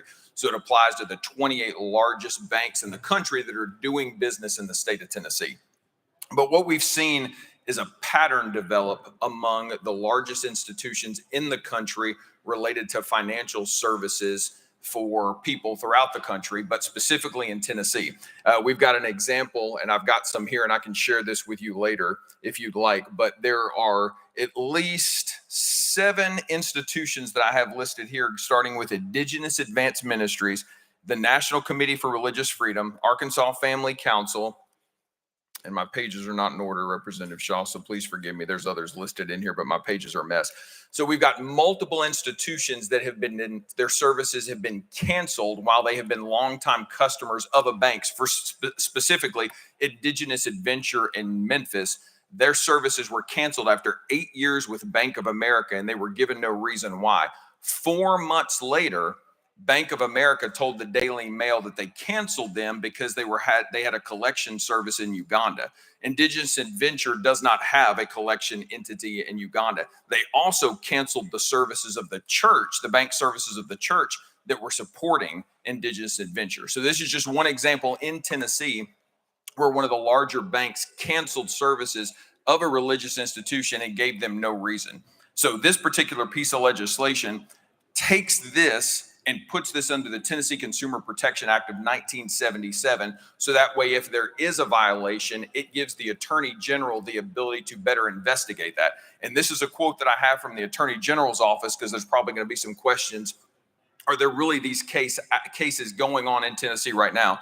And this is a quote from the AG's office. The AG's office is currently investigating antitrust violations of banks for their coordination to deny services to businesses and individuals, among other anti-competitive practices specifically related to this legislation. So those are just a couple of examples. Representative Shaw. Thank you for the explanation. So the threshold is $1 billion. You say did I understand you say that? Representative Zachary. 100 billion. Yes, sir. 100 billion. Yes, sir. Representative Shaw.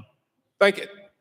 How would this affect smaller banks? If it would, can you expound upon that? Representative Zachary. Thank you, Mr. Speaker. Yes, sir, Representative Shaw. Great question. This has no impact on any Tennessee chartered bank, period. The largest is First Horizon at roughly $87 billion. So this would not have any impact on any Tennessee chartered bank in our state from Memphis to Mountain City, because none of them reached that $100 billion threshold. And again, that threshold is set out by the Department of Treasury and the Office of Comptroller and Currency. And so what we have not seen any issues with local banks or Tennessee chartered banks doing some of the things that Bank of America, Chase, Citi, JP Morgan, which are all listed in these public documents, have done to their customers. It's also important to remember that the 6 largest banks have 50% of the deposit accounts in the United States. And so again, this is just those that are over that $100 billion threshold. Representative Shaw. Last question. Have you had any kickbacks from any of the banks on this legislation? And I'll just wait for your answer. Representative Zachary. Thank you, Mr. Speaker. Not to me directly, but through the bankers associations. Of course, the larger banks don't like it. But my response to them is, because they continue to tell us, well, we're not doing any of this. So my response to them is, if you're not doing any of this, then this won't in any way impact the way you're doing business. Good questions. Thank you. All right. Representative Powers. Thank you, Mr. Speaker. Move previous question. Previous question been called. There's objection. We're on the board. All those in favor of previous question, vote aye when the bell rings. Those opposed, vote no.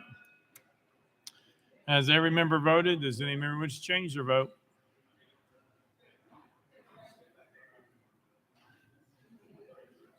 Mr. Clerk, please take the vote.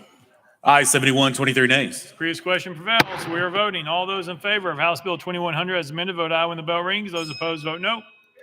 Has every member voted? Does any member wish to change their vote?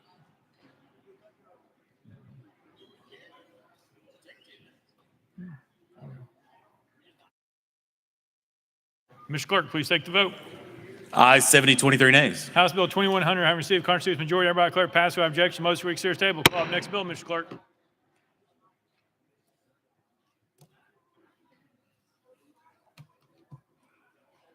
Mr. Speaker, that brings the body back to item 15, House Bill 2363 by Chair Lady Carringer, relative to crimes involving substance abuse. Mr. Speaker, the Senate bill is on the desk. Representative Carringer, you're recognized. Thank you, Mr. Speaker. I move to substitute and conform to Senate Bill 1583. Representative Carringer moves to substitute and conform Senate Bill 1583. Probably second without objection. So ordered. Representative Carringer. Thank you, Mr. Speaker. I move passage of Senate Bill 1583 on third and final consideration. Representative Carringer moves passage of Senate Bill 1583 on third and final consideration. Properly seconded. Mr. Clerk, call First Amendment. House Criminal Justice Committee Amendment number 1. Chairman Holsey, you're recognized. Thank you, Mr. Speaker. Move to adopt and defer the sponsor for further explanation. Chairman Holsey moves adoption of committee amendment number 1. Probably seconded. Any discussion on the amendment? Seeing none. All those in favor of adoption of committee amendment number 1 say aye, aye. All those opposed say no. The ayes have it. You adopted. Next amendment, Mr. Clerk. Mr. Speaker, no further amendments. Representative Carringer, you're recognized. Thank you, Mr. Speaker. It requires a person convicted of vehicular homicide involving intoxication or aggravated vehicular homicide to attend substance abuse treatment or behavioral counseling as a condition of parole. Establishes that failure to attend required treatment is a violation of parole. With that, I renew my motion. Representative Carringer renews her motion. Any discussion on the bill? Representative Pearson. Thank you, Speaker. Thank you, sponsor. Look, on its face, I definitely am supportive of this bill. We definitely want to make sure that our roads are safe and that individuals who commit these acts are getting the necessary treatment that they need. The question that I have and the concern stems from, if you go to section 3A, attend substance abuse treatment for the duration of any period of parole. Attendance at substance abuse treatment shall be a condition of parole, and failure to attend shall be punished as a violation of the condition of the prisoner's parole, thus sending them back to prison. And again, increasing the carceral state. My question here is, if that individual misses because their car isn't working or they have a legitimate excuse, is that allowable in the legislation that you have, or is this pretty clear cut here? Representative Carringer. Yes, it is. It's a technical violation. Representative Pearson. Thank you, Speaker. So if an individual is headed to treatment, their car stops working, they're calling AAA, they're trying to get there, that doesn't matter. Representative Carringer. Well, it does matter, but they work with people on that with those circumstances occur.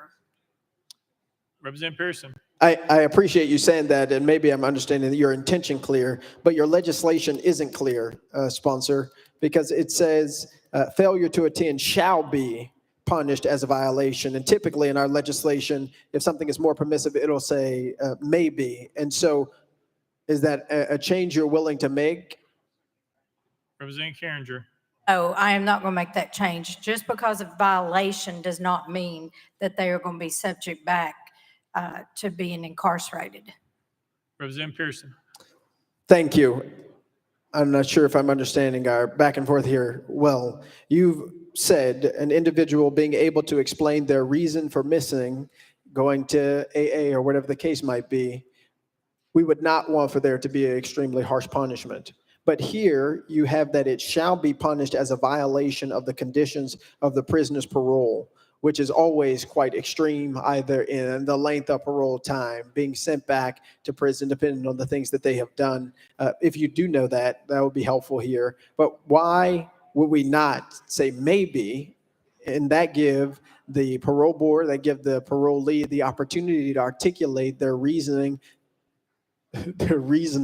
for what happened, rather than writing legislation that says shall be, which is not leaving any room for an accident to happen or things like that in their lives? Why are we being so punitive? Representative Carringer. Representative, a violation, our parole officers already have the ability to discuss when there is a violation that occurs, and it does not necessarily put every person back in. Representative Pearson. Yes, but it could, right? Representative Carringer. Sure, of course it can. Representative Pearson. Exactly. And so when I'm thinking about this, legislating from the place that mistakes happen, alarms don't go off, people get into car wrecks, all of these other possibilities, not from the place where someone's intentionally seeking not to go. When you operate from that place, this legislation is being pretty harsh and potentially sending someone to prison who misses their first meeting because they got a flat tire and they couldn't get there. Representative Carringer. Thank you, Speaker. Representative, this is affecting about 203 individuals that the Department of Corrections has told us in between July 1st of 22, when we passed the law in truth and sentencing. So we're talking about 203 people that this possibly could affect. And I believe in a little common sense, and I believe our parole officers and our court system uses common sense every day. And I believe if you or anyone in your district or across the state of Tennessee had this issue and had a flat tire and missed their appointment, I think if they can prove that, I believe that their parole officer, I would think, would work with them on that. Representative Pearson. I do wish common sense didn't have bias, but it does. Representative Hardaway.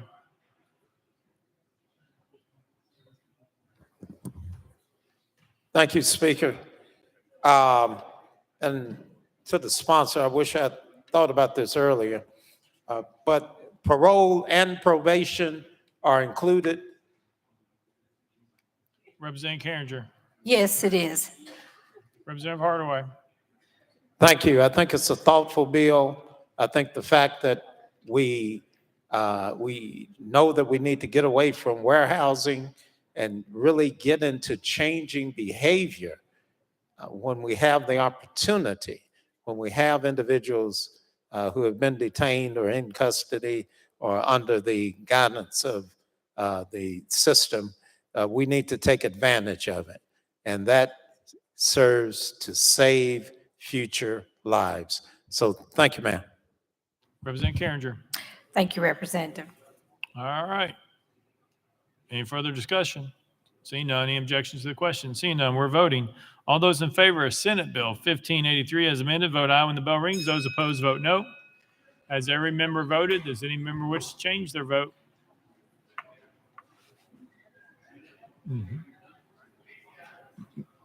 Mr. Clerk, please take the vote. Ayes 91, 1 nay, 2 present, not voting. Senate Bill 1583 having received a constitutional majority, everybody declare passed without objection. The motion reconsider is tabled. Leader Lambert, for what purpose? Thank you, Mr. Speaker. I make a motion that the remainder of the calendar be moved to the next available spot, next available calendar. Without objection. Next order, Mr. Clerk. Oh, Leader Lambert, sorry. Thank you, Mr. Speaker. I make a motion that the message calendar on for today be moved to the next available calendar, next available space. Without objection, so ordered.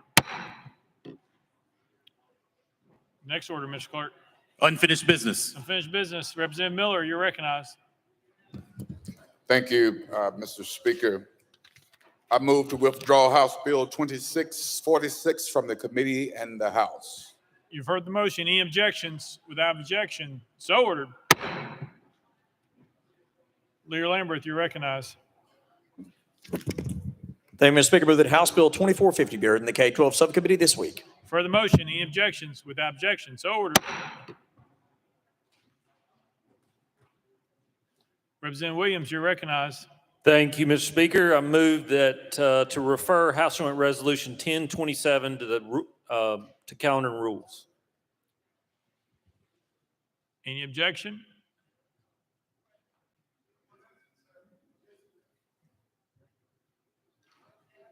Representative Williams.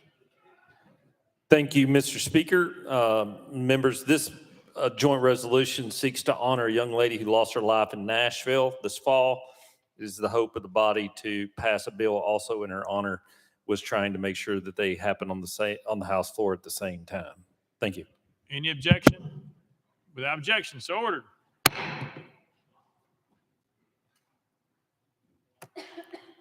Pursuant to rule number 52, I name Leader Camper as the first prime sponsor of House Bill 381. Next order, Mr. Clerk. Announcements. Announcements. Representative Doggett. Hey, I got first place. Thank you, Mr. Speaker. Tomorrow, the Criminal Justice Subcommittee will meet at regular time, but immediately following Criminal Full tomorrow evening, we will meet to continue our calendar in House Hearing Room 3. Thank you. Representative Moody. Thank you, Mr. Speaker and members. On Tuesday, March the 26th, the Education Instruction Full Committee will be closed, subject to the call of the chair.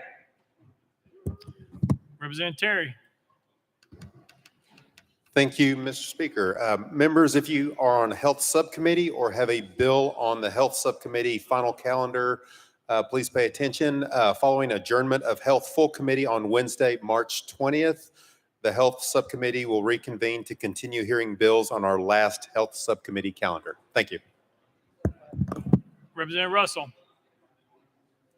Thank you, Mr. Speaker. The House Civil Justice Committee will hear a presentation by the Tennessee Bar Association on Wednesday, March the 20th. We will then begin our regular committee meeting. Thank you, Mr. Speaker.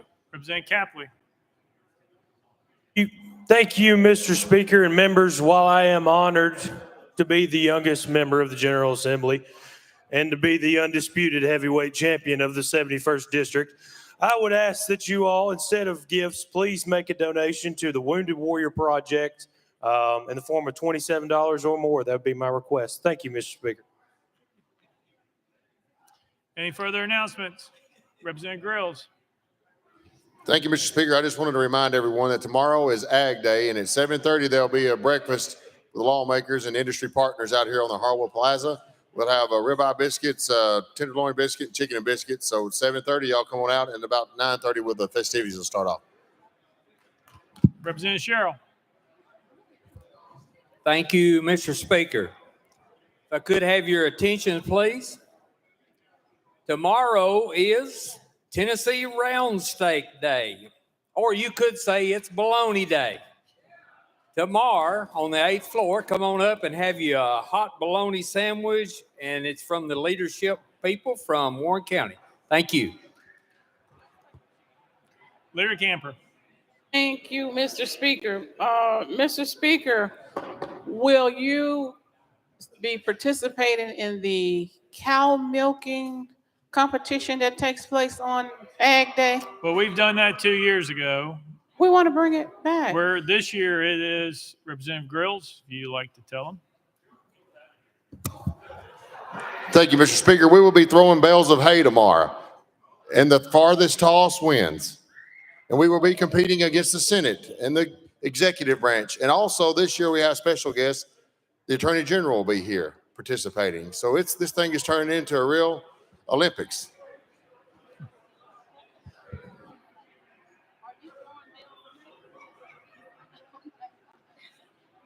Any further announcements? Next order, Mr. Clerk. Roll call. Roll call.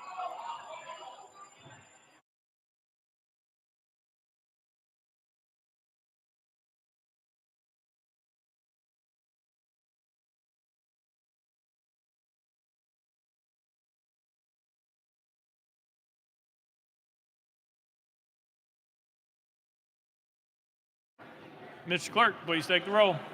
Mr. Speaker, 93 members present. Next order, Mr. Clerk. That completes the regular order, Mr. Speaker. Leader Cochran, you're recognized. Thank you, Mr. Speaker. I move the House stand in recess until 9 a.m. on Thursday, March 21st, 2024. Without objection, the House stands in recess till 9 a.m. on Thursday, March 21st, 2024.